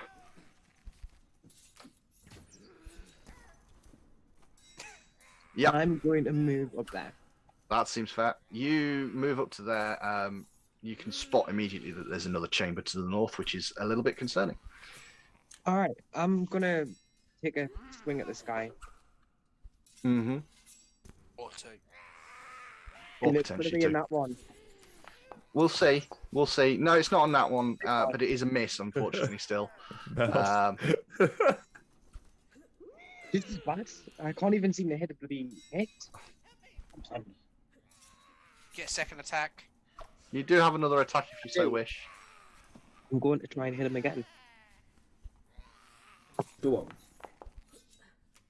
Ooh. Oh. Unfortunately not.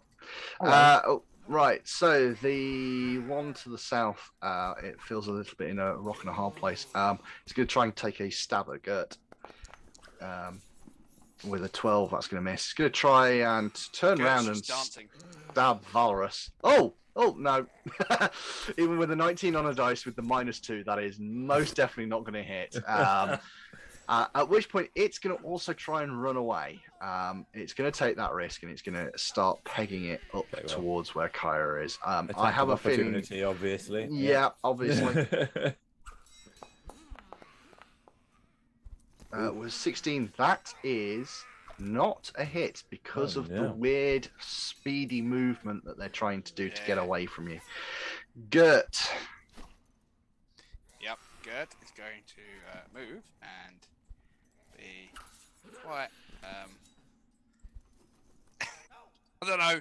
It's going to aggressive. Flanking position. Yep. And attack the one running furthest, so the one at the north. Okay. Yep. That is a hit. In fact, that is a critical hit. Nice. Exactly when you wanted it, I think. Yep. You don't have it yet. So 16 points of damage. That one is gone and dead very, very quickly. And now the one behind. Mm-hmm. A 16 is a hit. Let's try and finish it off, shall we? And that is the last one of these. Down and dead.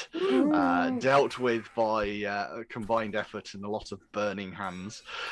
We have cleared this room of this combat, and that is everything. That is that done. I see a treasure chest. You do see a treasure chest. There is absolutely a treasure chest there. I'm going to check to because see. I heard the shouting, by any chance? You probably guess that something might have heard the shouting. Yeah. So I'm going to prepare just in case something comes down while they loot the chest. Okie dokie.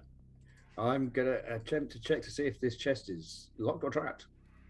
Okay, so you head over to that box. You do not notice anything at all which would imply that it is locked, and you can't see anything that would make it look like it's trapped either. You're fairly confident in the fact that this is pretty much empty. Well, not empty, but yeah. You lift the lid, and yep, you find quite a few bits and pieces in here. There are a number of bolts of fine silk, which you believe actually would sell for about 5 gold. There is a painting of an adventurer sat resplendent on horseback, worth probably about 2 gold, considering. There's a small sack that contains 20 silver pieces, a decanter filled with what appears to be wine, but when you lift the lid, it smells more like vinegar now. Okay. Unfortunately, but the decanter is probably worth a little bit of money. There is 3 jars of oil. Okay. And there are a couple of interesting looking items. Firstly, one is a bottle containing a red liquid. You've seen this sort of stuff before. With a little bit of a quick check with the old rolls. Let me just see if you can work out what it is. So a little bit of that to start with. So yeah, Ezran, Valrus, you're not too sure, but Ezran, you're dead certain it's a healing potion. Cool. And then there is a rather interesting looking feather sat in the bottom of the box. Oh, okay. I'm going to have a look at this feather, see if it's in some way magical or something. Okay, so you pick it up and do a little bit of read aura, which is the thing that allows you to work out if something that you're carrying is magical. You are 100% convinced it is most definitely magical. And again, with just a little bit of a quick check, you do identify this. You identify it as a ladder feather token. Now, feather tokens are quite an old hark back to very old systems. Feather tokens have been in for a very, very long time. Effectively, each feather token can become a specific item. In this case, a ladder. Okay. So yeah, so it's a quite old-fashioned magic item. You interact with it for 1 action, and the feather immediately transforms into a 20-foot long ladder. Nice. Cool. I will offer out the healing potion to Kyra because Kyra's always getting hit. That's why she did take the original one, isn't it? Possibly, yes. I think it was the idea was it was useful if Kyra was down, but you do have another one now, so there is a healing potion on Kyra's character sheet now. And who wants the feather token? Yeah. Who needs a ladder? I mean, I'll take the ladder. It's up to you. I don't mind. I can hold it if no one else wants to hold it. I will take the ladder. Okay. You'll find that those items are all on your character sheets now. So, yeah. Gert, having kind of decided that you were going to stake out this corridor just to see if anything was coming down, you can't see or hear anything heading your direction, but you can hear talking.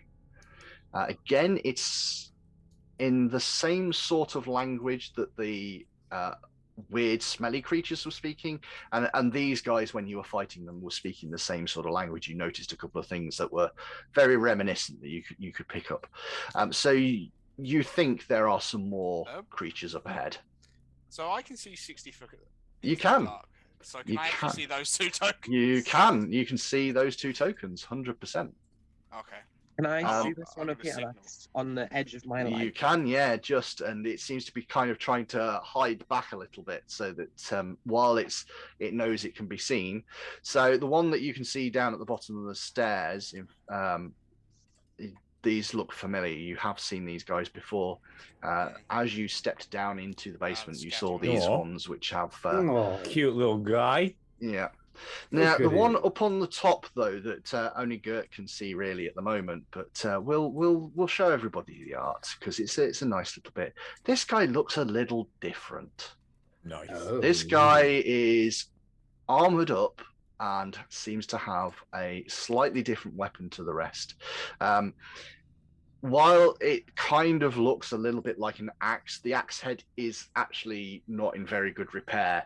Probably actually is more useful for knocking people around the head rather than cutting into them now. And you think it's more useful like a stick rather than an actual axe, but yeah, it's still got a little bit of show. He's got a few things on his head to make him look a little bit more important than perhaps any of the rest of them. Can I do something? Because I've just realised I've got a crossbow.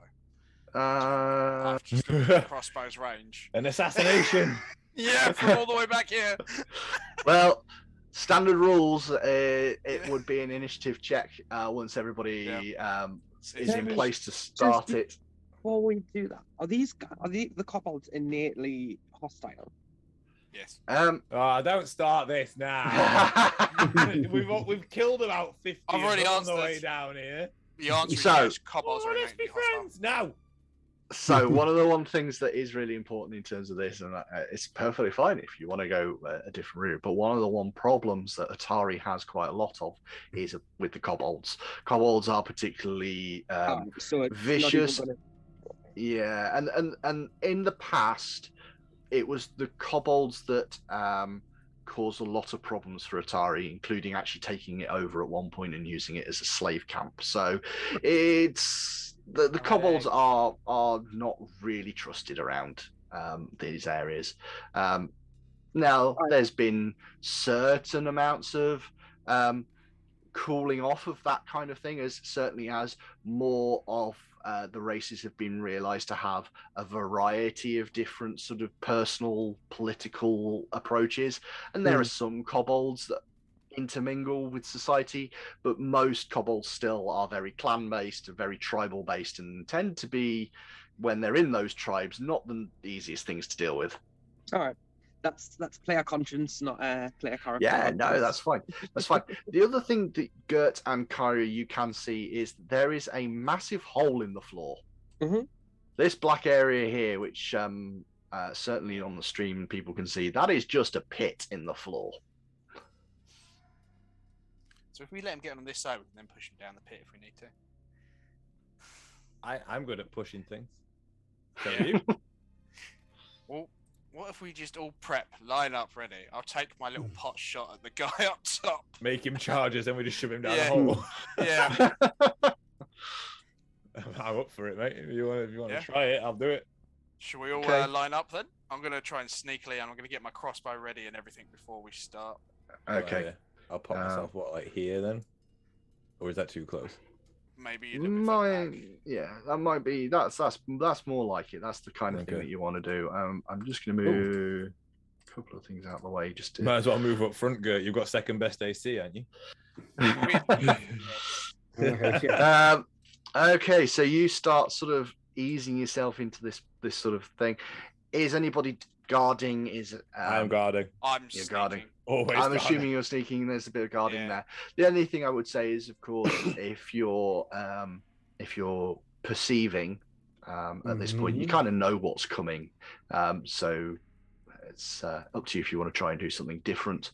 But perception might still be your best initiative stat anyway. So we'll go with that. Kyra, are you guarding or are you? I'll perceive. You're perceiving. Perfectly fine then. Okie dokie. So we have that lovely combat tracker thing. You are going for the sneaky assassination route. Let's see how this goes for you, shall we?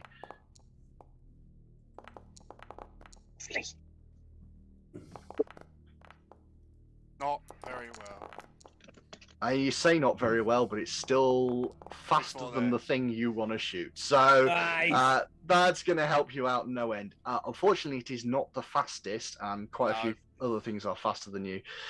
So one of the creatures, the one that you can see with your dark vision, it is going to spot what you're doing. It's going to take a step forward, and with its loaded crossbow, it's going to take a shot at you.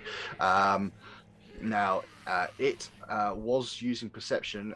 It wasn't using its stealth, so it can't sneak attack in the same way. And you're not flat-footed anyway, so that's not going to matter. So it's going to take a shot, though still with this crossbow, see if it can put you off. I am going to use nimble dodge. Okay, so a 20 would have hit you, but Nice. with nimble dodge you managed to shuffle yourself out of the way. That's Kobold is then going to draw a bolt and reload its crossbow, so it is getting ready for the next time it gets to do anything. And then Ezran, it is your go. Well, I'm going to Ray of Frost it from where I stand because that's got a range of everything. It does. It does. The only downside is lucky, it's in low light vision. So do you remember we had the rules about concealment before? Yeah. Because of the low light, and you do not have low light vision, it has concealment. So there's going to be that roll of an extra dice to see if you hit. Fair enough. But that is effectively how they've done the effect of low light vision for anybody that hasn't got it. I quite like that actually. Better than just straight roll 2 dice and see what's better kind of deal. Yeah. With a 14 to hit. 14, even if you were on target in terms of the darkness, that is not on target in terms of its ability to move and dodge out the way. So it slips underneath. You can choose to use your hero point if you so desire. Yeah, go on then. I've already used mine, haven't I? You have, yeah. Yeah, I thought so. Right, come on. This is going to go better. This is going to go a lot better. This is going to go a lot better. This is going to go a lot better. It is. That's nice. that will hit. But roll that extra dice and let's just see what happens. So roll that one. You do not want to get. Yeah. This one's going to go wrong. Come on. No, that connects. That absolutely connects. So roll your damage. Woo! It is just a normal hit though. 5 points of damage. It gets a slight light frosting. You do still have one action left. Yeah, I am not going to move. I'm going to not use my action. Yeah, no, that's. No, I'm going to wait for the fighty types to run in front, to run ahead in front of me because I know getting into combat hand to hand is not a good idea. What do you mean? That's guide on myself before. Well, yeah, guidance would have been an option, certainly in a non-combat round. It's a prep spell. You could have done that, yeah. Kyra. I am going to call upon the blessing of air. Nice. And fly, yeah, straight over to the top, yep. Now that I could have done. I'm then going to call on the blessing of earth, and I'm going to hit this guy. Okay, so that's too many actions, I'm afraid. So, just so I've been having very similar thoughts to you the last few minutes. One action to call. Can I still hit that? You can still use the hit, but you wouldn't be able to get the +2 damage. That's fine. So, yeah, so you call on air, that's one action. You fly, that is the second action. You've come in and you've hit it. And absolutely, with the roll that you've rolled, a 22, that is going to hit. So, roll a straight normal damage, please. Where's my one? So you do 6 points of damage to this. Now, these are slightly more chunky and slightly more hearty than the ones that you've just fought in the other room. That does seem to have taken a good chunk out of it, but not as much as you would sort of have hoped for, example of the ones behind you. It still seems to be standing and quite healthy for that. It is, however, the instigator of this plan. Gert, you get to do your actions now. So, I'm going to shoot the creature that I intended to, the boss. A natural 20, of course you rolled a natural 20. So, a critical hit with sneak attack. You've rolled terribly there. Wow. Yeah. 10 points of damage though. It's still, it's still a chunk out of him. He doesn't. He all of a sudden sort of sits bolt upright in his chair and screams down at you. That is one action. What are you going to do? Reload and shoot. Reload again. and shoot again. Yep. No. But that goes way off. Got any hero points? No, he Oh, does I not. used mine. He does not. Valorous, it is your turn. All right. So I need some advice, DM, on whether or not I can actually position myself in the way I think I can position myself. Oh, this will be interesting. Yep, go for it. 5, 10, 15, 20, 25. Well, obviously not. So like. So 30, Right. yeah. I've only got 25 foot of movement, I think. So Yeah, 18 you back. do. So it'd be about one, yeah. I So don't- just right clicking it removes it. Just keep right clicking. There you go. Yeah. So like So that. 20 to there, and yeah. And then 25. And Yep. then 5, 10, 15. Wait, have I done that right? You probably 10, did it 15, with your 20, plans 25. being further back, yeah. Yeah, so I've got 5, 10, 15, 20, 25 puts me on Kyra's thing, right? No, 25 puts you back one there, I'm afraid, because of the way that you're going to have to move. 5, It 10, will 15. because the way they do Oh, it the is corner every counts. Okay. second corner counts as 10 Yeah, foot. I- So I- it's 5 foot, 10 foot, 5 foot, Yeah, 10 foot. that's why I was confused. Why is this corner shafting me out of? Yeah. In that case, I would also like to call on the blessing of air. Yeah, no, that's fair. So And one go, action. "Whee!" Yep, that works. You fly your way over to there. So that's blessing of air, movement, and then obviously I'm going to smack him in his stupid kobold face. Yep, that seems. Well, I mean, I say that sounds fair. That seems like what you're allowed to do. So let's go with that.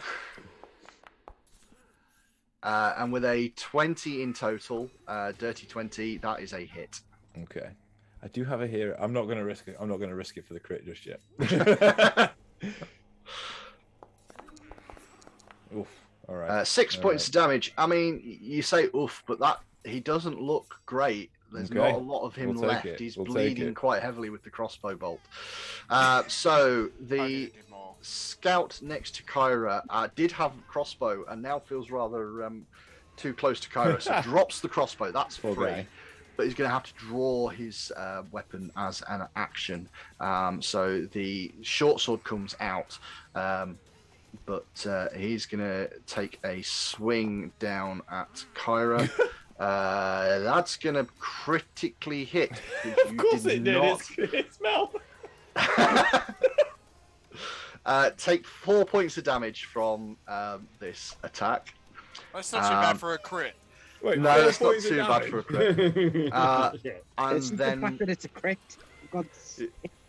and then he's going to use its action to try and help out its boss by hello, running up beastie. the stairs towards there. Then it's this creature's turn. So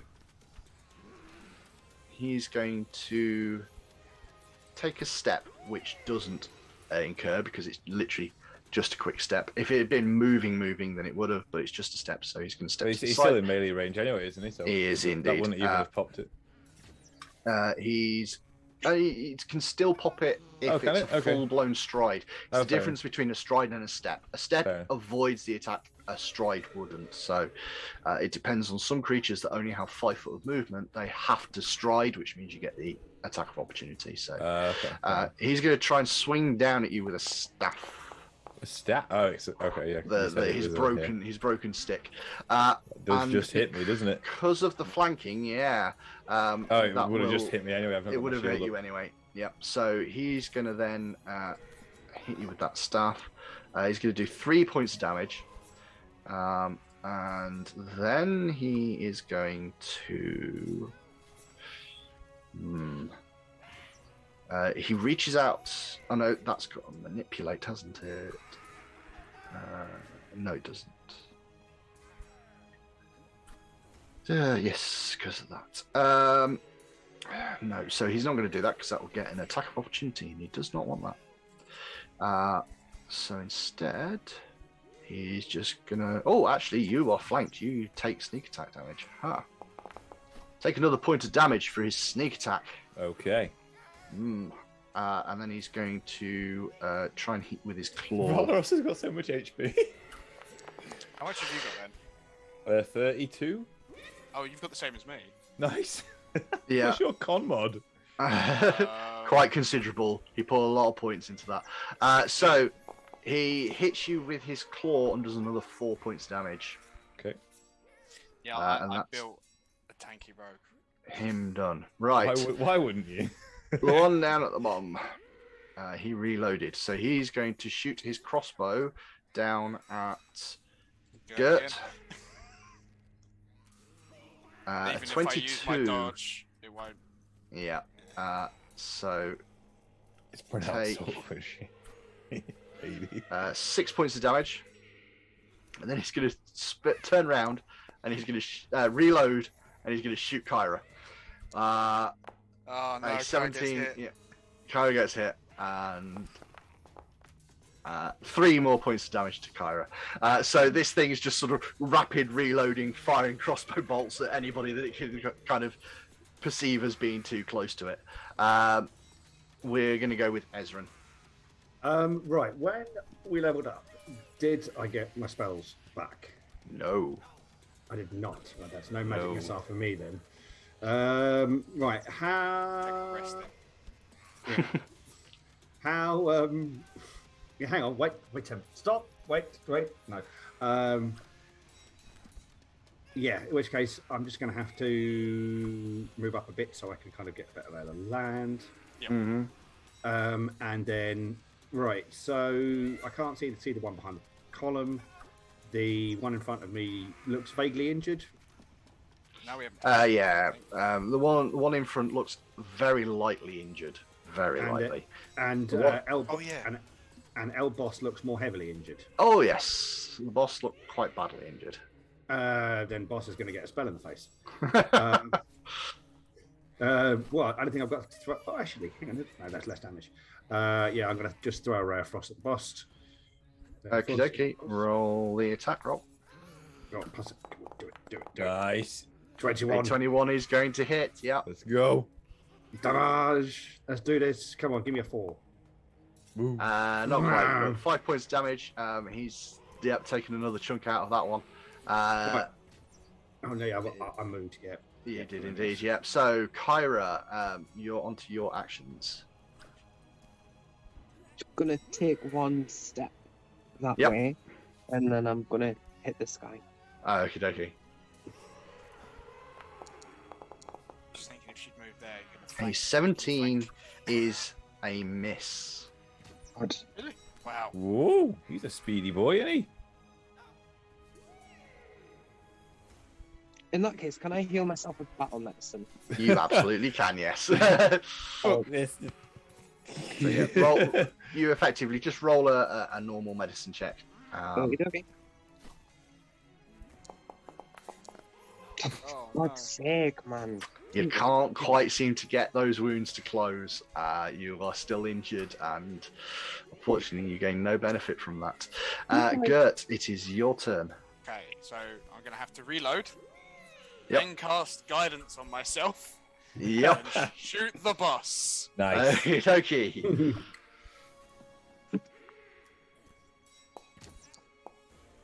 A 25 is a hit. It's not flat-footed anymore, though, so please bear that in mind. Yep, just getting rid of that status now.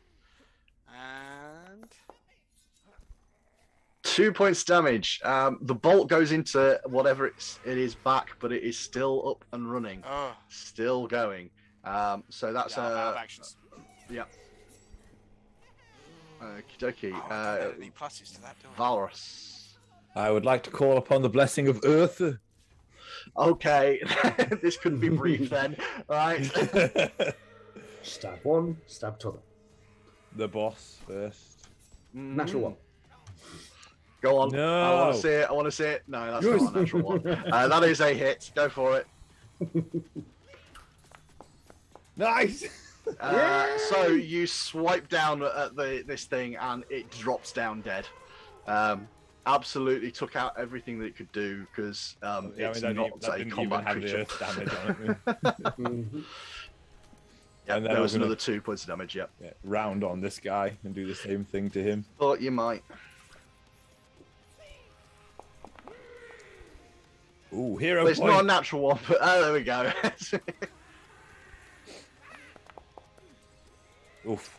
Oh, Miss. Never Very mind. much a miss. Right. You do have one more action, but I will raise my shield. No, because you called upon the earth, dude. Oh Yeah, yeah, Oh yeah, of course I did. yeah. Yeah. Sorry. Well No remembered, shield Mel. for you. Well remembered. No I shield did for not you. remember. At which point, this guy up at the top is gonna try and stab you with its sword. Boss is already seems dead. to Why ain't he running away? God. Well, I mean, Nope. not that it matters when it rolls like that. I don't think you care too much. Yeah, don't be bringing Um, them arms to this gun foul. No words. I'm tired. Yeah, well, hang on, because you're not that far off finishing this. So it tries to stab at you a couple of times. It realizes it can't. It's going to try and hurried retreat down the steps. That does trigger your attack of opportunity. Nice. But it does have a +2 AC to that. Hiya! It does indeed. And that is Do I have definitely another gonna hero miss. point? I don't think you do now. I think Okay. you've used them all up. So unfortunately, that is not going to go anywhere for you. Fine. Then the one that is down at the bottom here, it drops its crossbow. 'Cause we're still using a crossbow. It draws its sword for one action, and it rams itself on Kyra. So First character down. Let's go. 20 to hit. That is most definitely going to hit you. And you are flat-footed because you are flanked.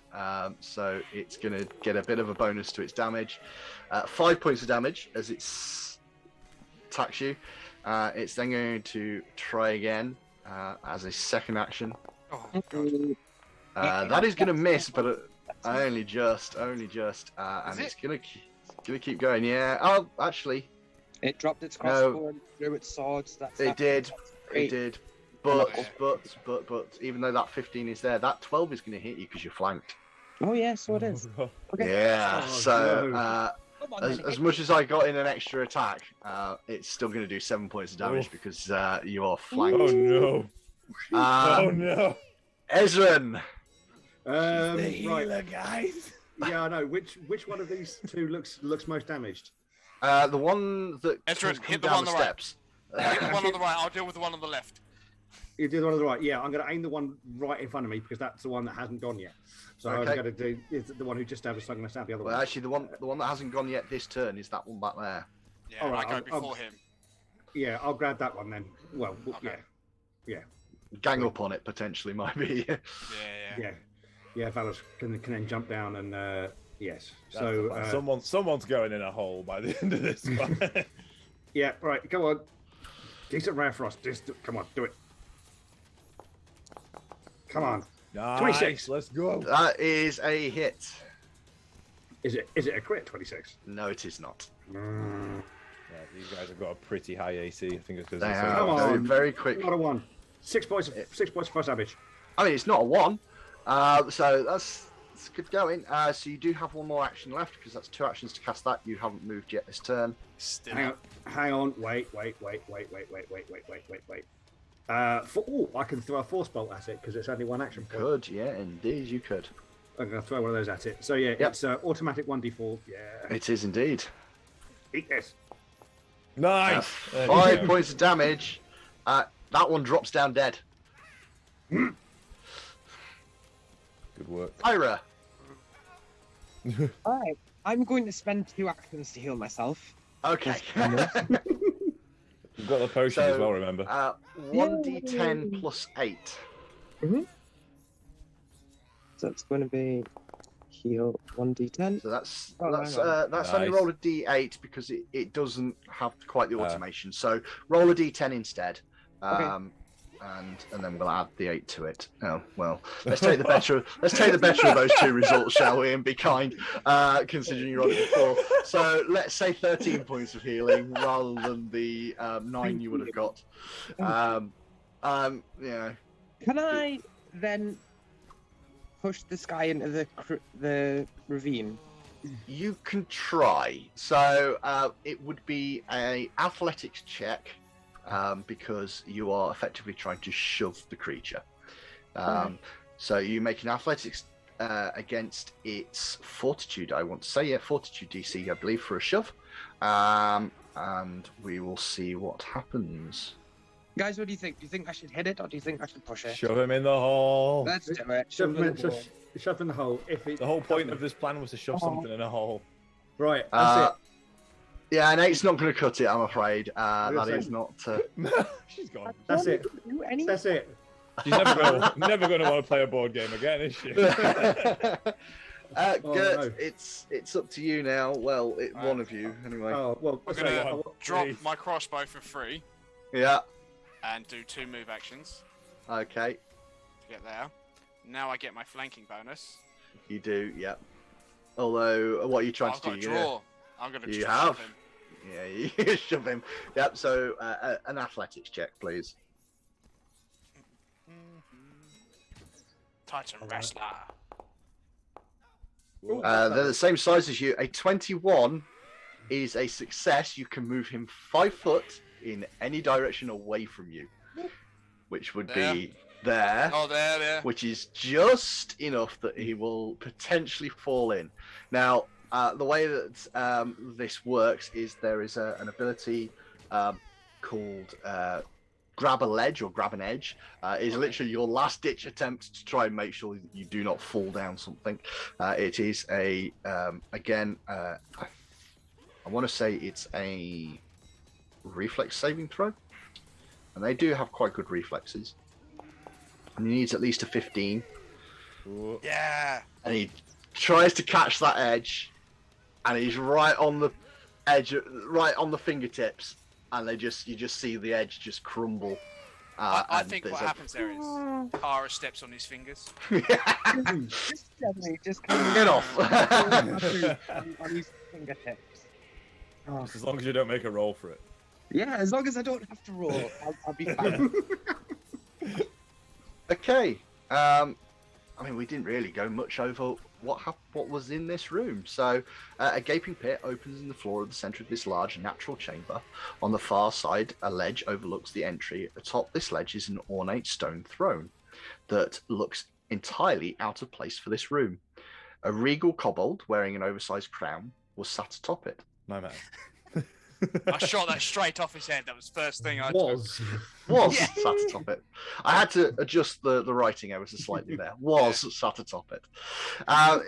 And indeed, you do find a couple of things in this room now that you're sort of done and finished. So, first thing you note is it's locked. Oh. Oh, the chest. Do we want to loot the boss, man? Yeah, maybe. I'll have a quick loot of the boss and leave the chest to the trained people. While they're looting the boss man, I will try and pick the lock. So, a couple of things before you pick the lock. Yep. There is something else that you spot as you get a bit closer. Sat on top of the chest is the bottom half of what looks like a large eggshell. Oh, okay. Within the eggshell, it is ivory in color, but there are green veins running through. Don't like the sound of that. It's making me think of one thing, but I don't really want to say it out loud. I'm not looking at it, so How big are we I know talking? nothing. Well, how big's large eggshell? Probably bigger than me. You know, sort of what 6 inches for the bottom half. Oh, okay. Jeez. That's a big bird. And one thing that just strikes you now, because none of you rolled high enough perception check as I was going through it, I couldn't believe this every time I rolled for you. All of these kobolds, you now notice, are wearing little eggshell pieces as like necklaces. Oh. Mm. So I'm just gonna say it out Every loud. Is time. it by any chance a dragon around? Are they Maybe big Well, enough I to be mean, dragon? A dragon You in a do notice dungeon? that there's another chamber to the side. I don't want to go down there yet. I think we should rest up. I think we should rest. I thought you were opening this box. I do. I want to try that. Okay. But we're seeing Make dragons. a- Never mind. Make a thievery check, please. Never mind eggshells that could or could not be dragon eggs. That's A 19 is not enough to open it. Ooh. Ezran, wrapped around the waist of the kobold is a key There we go. on a string. You might need this. and I'll throw it to Gert. I'll try and catch it and then use it. With a little bit of fumbling, yeah, you managed to catch it, no problems. I'm quite dexterous. Yeah. Yeah, but my throw is terrible. Ezran's not great at throwing. Alright, yeah, we'll go through the chest then, see what we get. Or if we get a bomb exploding in our faces, I forgot to check it for traps. Couple of things that are of easy note, and then there's a little bit of detecting magic that goes on later. There is a silver bracelet worth about 5 gold. It's in a fish pattern. There is a very old map of what looks like some really strange looking dungeon. There is a sword with a dwarven face carved into the hilt, and that is magical. Okay. There is a wand, which is magical. There are a couple of potions, and there is a hat. And with the roll that I've just done for sort of identifying all of that sort of stuff, you immediately know what everything is. Every single detail about every single thing is there. The first is, let's do the easy ones, the ones that are nice and simple. There are 2 more healing potions that you have there. You have a wand of heal. Okay. Nice. Now, wands are interesting because effectively you need to have the spell on your spell list. So it's not one that Ezran can really use. It's more for Kyra. And what a wand allows you to do is cast the spell 1 additional time per day. That's all it does. So it's just an extra spell slot, effectively. Yeah. Now, once you've burnt the spell slot from the wand, you can try and force it to cast it again. But if you fail, the wand tends to break. Okay. So it's got a 1-shot definite and a 2 maybe. The hat is called a hat of disguise. Dibs. It does increase like deception checks and things like that to pretend to be somebody else. And then the sword is called a smoking sword. Ooh. Now I will hold my hands up here and I say I don't know much of this, of what this sword does. So quite intriguing little read. And one of the major reasons why you knew it was magical is because it is constantly belching smoke. Nice. It is a +1 magical longsword. Dibs. Yeah, I was going to say any hit with the sword deals an additional point of fire damage. You can also use a special command with the sword. It is concentrating on the sword. Until the end of your turn, the blade deals 1d6 extra fire damage instead of just 1. Nice. Once you've used this action, you cannot use it again for 10 minutes. So we have a dibs there from Valorous, didn't we? Yes, yeah. No, I was thinking the longsword went to him anyway because I can't use it. So yeah. Well, you got your fancy short sword earlier, didn't you? Yeah, that's the thing as well. I was like, yeah, that's fair. So we have a smoking sword on Doesn't Ezra Valorous. have a scroll somewhere as well? I have a scroll of it's +1 as well. Oh man. magic missile. I have what a a scroll time. of magic missile, don't I? Yeah. You do, yeah. That's going to get burnt in a minute then. Yeah, so the wand of heal, I mean, Kyra makes the most sense for that one. Just for the simplicity, I've just put it on as a wand on your character sheet. I've not said exactly what it is. You do have two healing potions. Dish those out, Toad? I will definitely take one. Yeah, I don't have one yet, but anyone else can have them. I think Valorous still has one. Kyra has one still? I've got one still.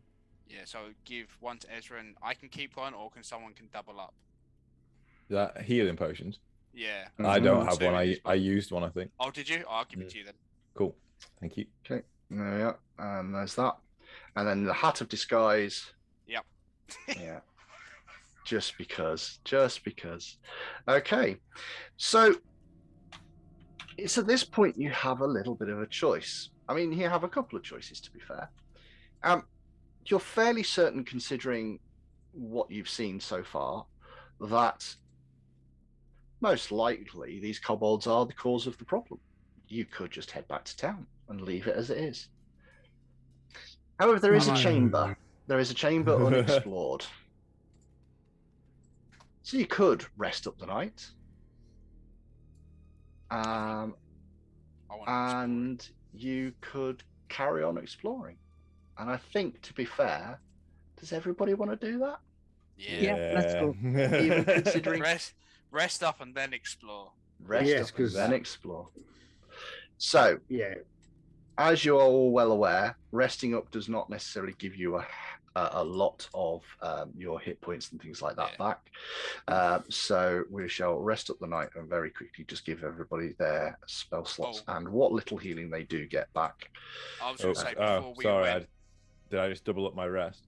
You did, but that's fine. I was going to say before we went to sleep anyway, we could ask Kyra to heal us all. Exactly. So I'm more than happy because I don't think you really burnt any of you use one healing spell just to try and top yourself up. One healing spell and one burning hands. Yeah. So realistically, you've got enough magic casting that all of you can be topped up, no problems whatsoever. And with manual healing as well, it's highly unlikely that you're going to have any problems. So you rest up and you fully heal, and you get yourself all sorted out, and you are healthy and dandy and able to carry on as the next day progresses. I believe this is technically your third day here because I think you've rested up once before. Yeah. So you start progressing. Everyone ready to move forward? Yes. I am going to raise my shield. I'm going to sneak. I'd like the same thing. I am going to swap a spell out. Fair enough. And because that Burning Hands didn't do very much, I think if it's going to be one big thing, I'm going to need that one. Right. Cool. Okay. And I'm going let's perceiving. Yeah. Okay. Towering yellow mushrooms cover the floor of this vast cave, some reaching over 10 foot in height. They seem to emit a pale light, giving the entire chamber an eerie glow. Shattered remnants of barrels, torn open with their contents nowhere to be seen, lay scattered around the base of the mushrooms. Somewhere off on the far side of the chamber, something stirs, and a faint snarl comes from the shadows. Good. What do your goblin eyes see? Apparently, I don't know. Okay, so we're going to do a little bit of stuff in the background for me, just to have a rough idea of how good you guys are doing, checking out the chamber and being able to look around it. And also, I do need to just check on a certain somebody's ability to sneak, don't I? So we've got a stealth roll going in here too. Okay. Luckily, I've got a should on that as well. You do.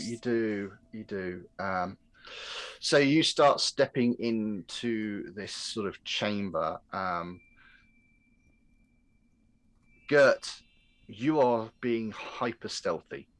When somebody turns around to you and says, "What do your goblin ears and eyes see and hear?" The problem is you don't even know who asked you the question. You're not even really paying that much attention. You've gone into super sneaky mode. You cannot see a darn thing in this chamber. You are not paying attention. You're just making sure you can't be seen, and that's all that matters to you. You're doing your best. So you can move yourself around the chamber as you wish, guys. And then we'll see what happens.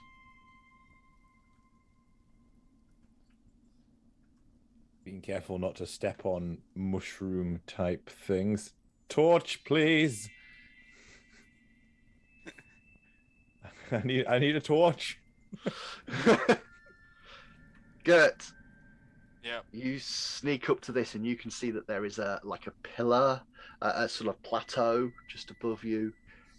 You think that's where the movement came from, but you can't see anything up there. Valorous, as you get to the middle of the chamber, that's where I want everybody to stop moving. Because it's at that point, Gert, that you do spot something happening above you. And above? On that platform, a bright green dragon leaps into view. It's actually And a all- dragon in a dungeon. And although the beast no. isn't much larger than you, large leather wings and snapping jaws make the hatchling look like an ancient worm. The creature gazes at you with a cunning eye and snorts a cloud of yellow vapor. Oh With a no. fierce roar, the dragon charges forward. Initiative is going to need to be rolled. Let's go. Throw everything at this, guys. Mr. Dragon. It's a dragon.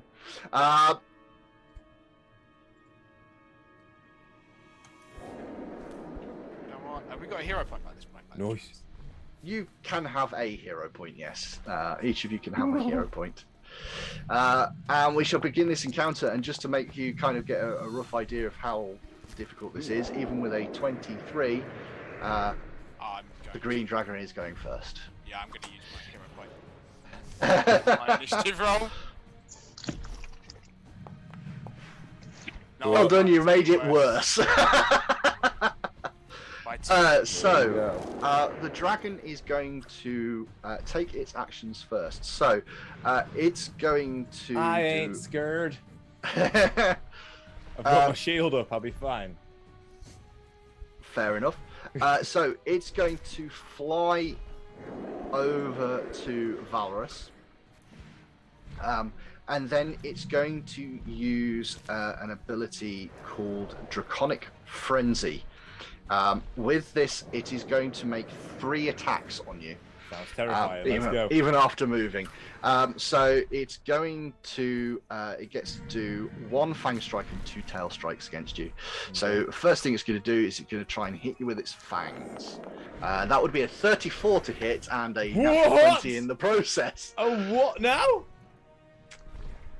A 34 to hit. Critical. So that would be a Alright. critical hit. Oh, you're no. gonna take, 36 points of damage. He's Sorry, down. what? Is he down? Yeah, Menace is down. Wait, how does shield block work? So you can raise the shield. That will reduce the amount of damage you've taken. It will reduce it by its hardness, so it will reduce it by 3, so you would take 33 points of damage. He's still down. The shield would also take 33 points of damage and break. I'm screwed either way. I mean, I feel like technically I should reasonably any self-preservation person would throw their shield in front of this. But, Oh dear. I mean, can I at least flat foot him before I fall unconscious? Not really. No, So- all right, yeah, GG. So you I take guess. you take that. Now that puts you onto dying 1 normally, Yeah, it does. but because you got taken out by a critical hit, that puts you on dying 2 already. Cool, love that. Love Okay. that for me. Just Oh, thought God. you'd like to know that. Run away, Now, friends. Run away. admittedly, it would have attacked you multiple times more, but it's not going to. That's not the way that this works. It uses all of its actions up. Okay. So this is one of the cool things about this. Normally you would go next and immediately have to take a death save.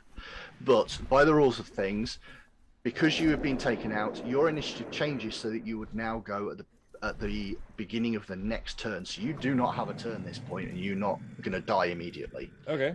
So what it does is it moves your initiative to just before the creature that attacked you. So your initiative is now 24. Basically gives my puts you all team the a way back chance up. to pick me up. Gives your team at least a turn to try and pick you up. Ezran, it is your go. Right. The scroll that I picked up earlier, which has not appeared on my inventory. Yeah, that's fine. You've definitely got it. Yeah, Was it? It was a scroll of magic missile. it was. Yes. And what is the action economy on that? Is it Functionally, one- it's exactly the same as you casting it, how you would normally cast it. So you can choose to use all 3 actions and cast it 3 times. Right. Okay. You also want to move. Because ouch. Yep. Well, you can move and cast it twice. Move and cast it once. Yeah, I'm gonna move and cast it. I'm gonna move. Hold on, I need to do that. That should Yep. work now. Nope. It still says doesn't- no. Okay, let me just. There you go. That'll do it. There you go. You should be able to now. Yeah. Cool. I'm gonna move to behind the thing, and then I'm going to use the scroll version to cast it twice. Okie dokie.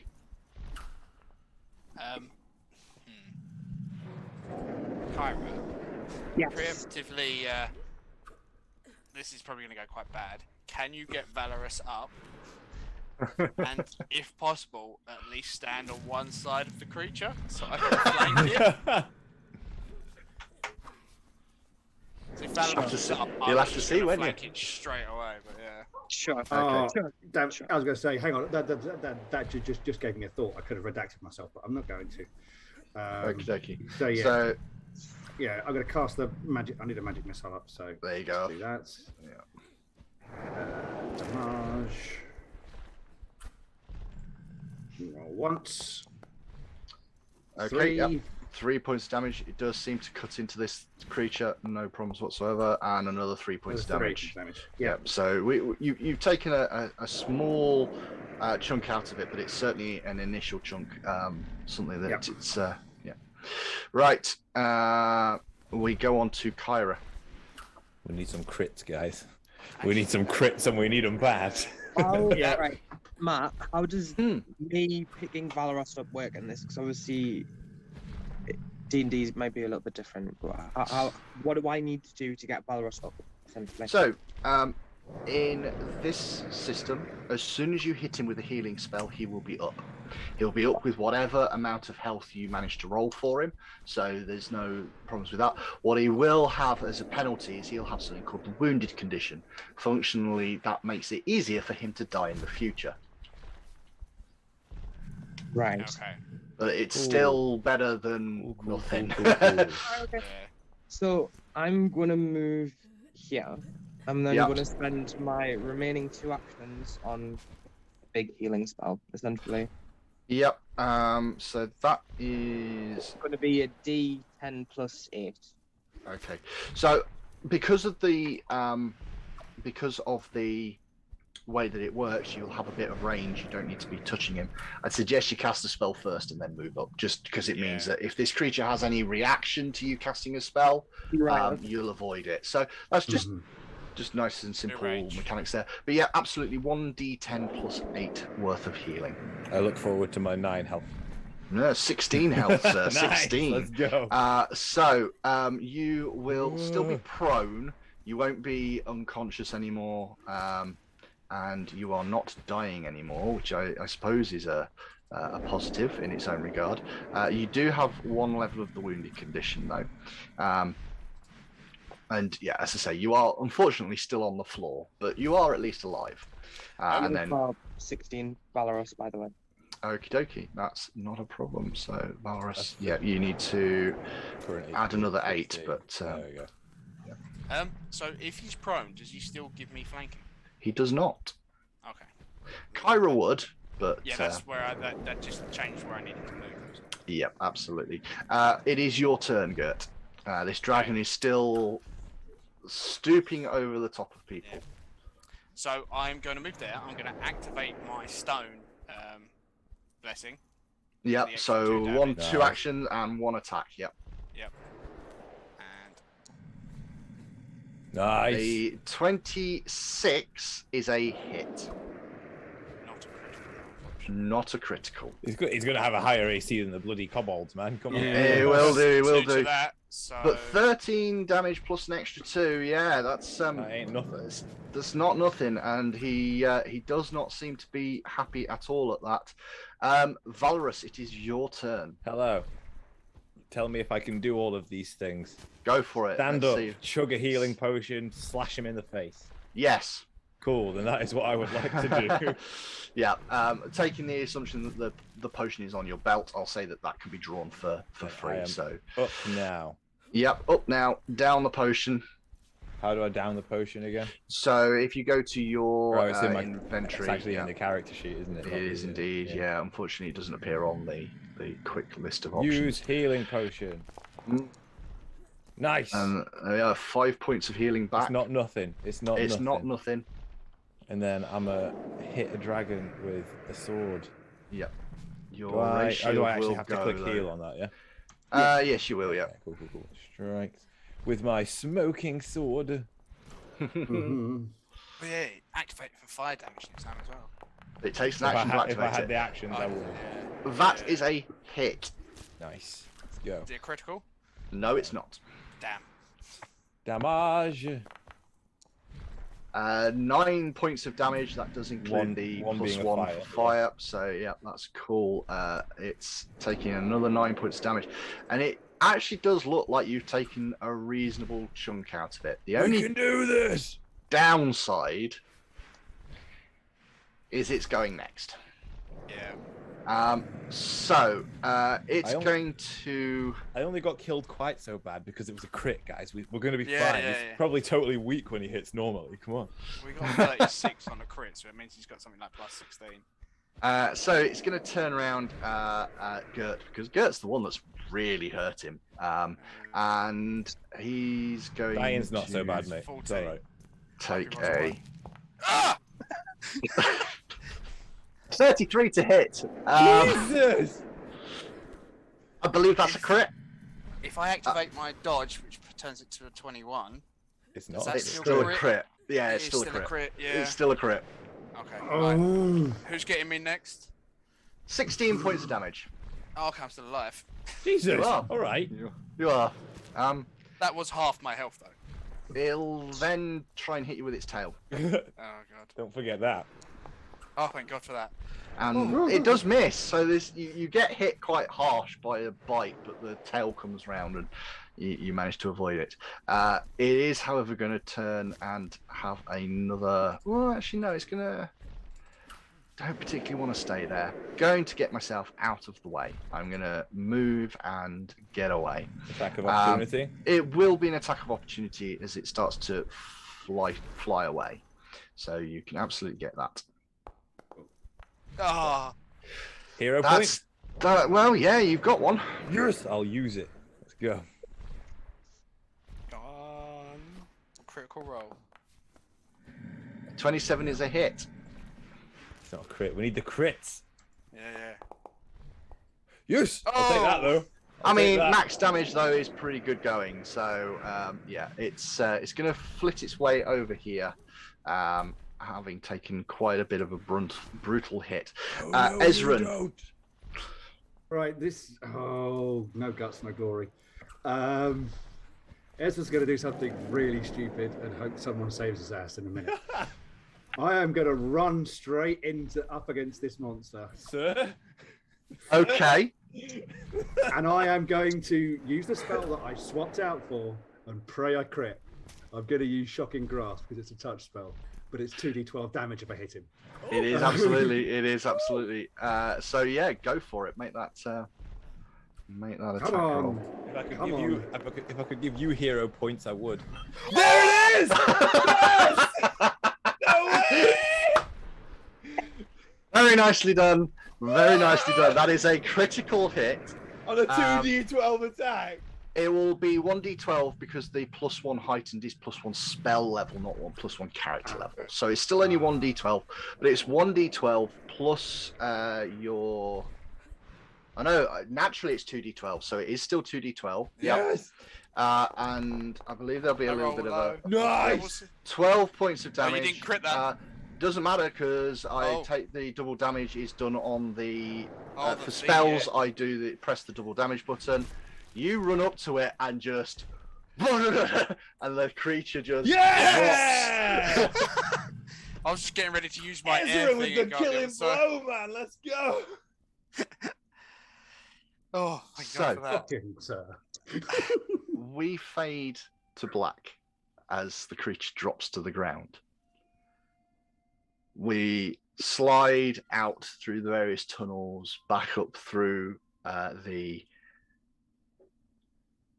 underground sort of storage rooms, into the fishery, out and back into Otari.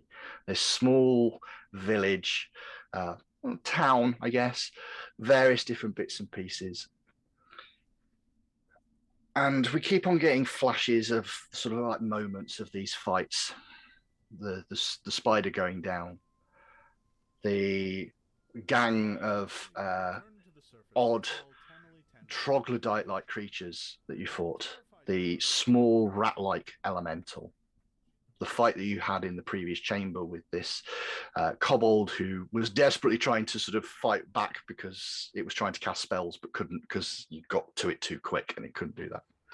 And to this last moment, we see this sort of shattering thing of this green dragon getting electrocuted. And we move over Otari and we look along the sort of island of Kortos, which is where Otari is, and the massive city of Absalom to the east. And as we're moving around, we zoom down finally back over Otari to a single lighthouse. In the middle of a swamp, a faint blue light suddenly flickering to life in the top of this chamber. And that's where we're going to finish. Thank you very much, everybody. We've been, I think, having quite a lot of fun. That is the end of that. That is Amazing. the big fight. Slightly some adjustments that I've done throughout this, but in either way, that is what you get in the starting box. We've been using Sirenscape. You guys have been listening to the Sirenscape music. We've got Foundry up, which I personally enjoy using Foundry a lot. So there's that. And we've been using the Pathfinder 2nd edition rule set with that starter box. I hope you've all enjoyed it. Goodbye, everyone. Goodbye. Goodbye, everyone. Bye. I'll try that again. People at home, the voice you can hear is heavy. It's the sound of the Mr. The Rons. sound of the Mr. Rons.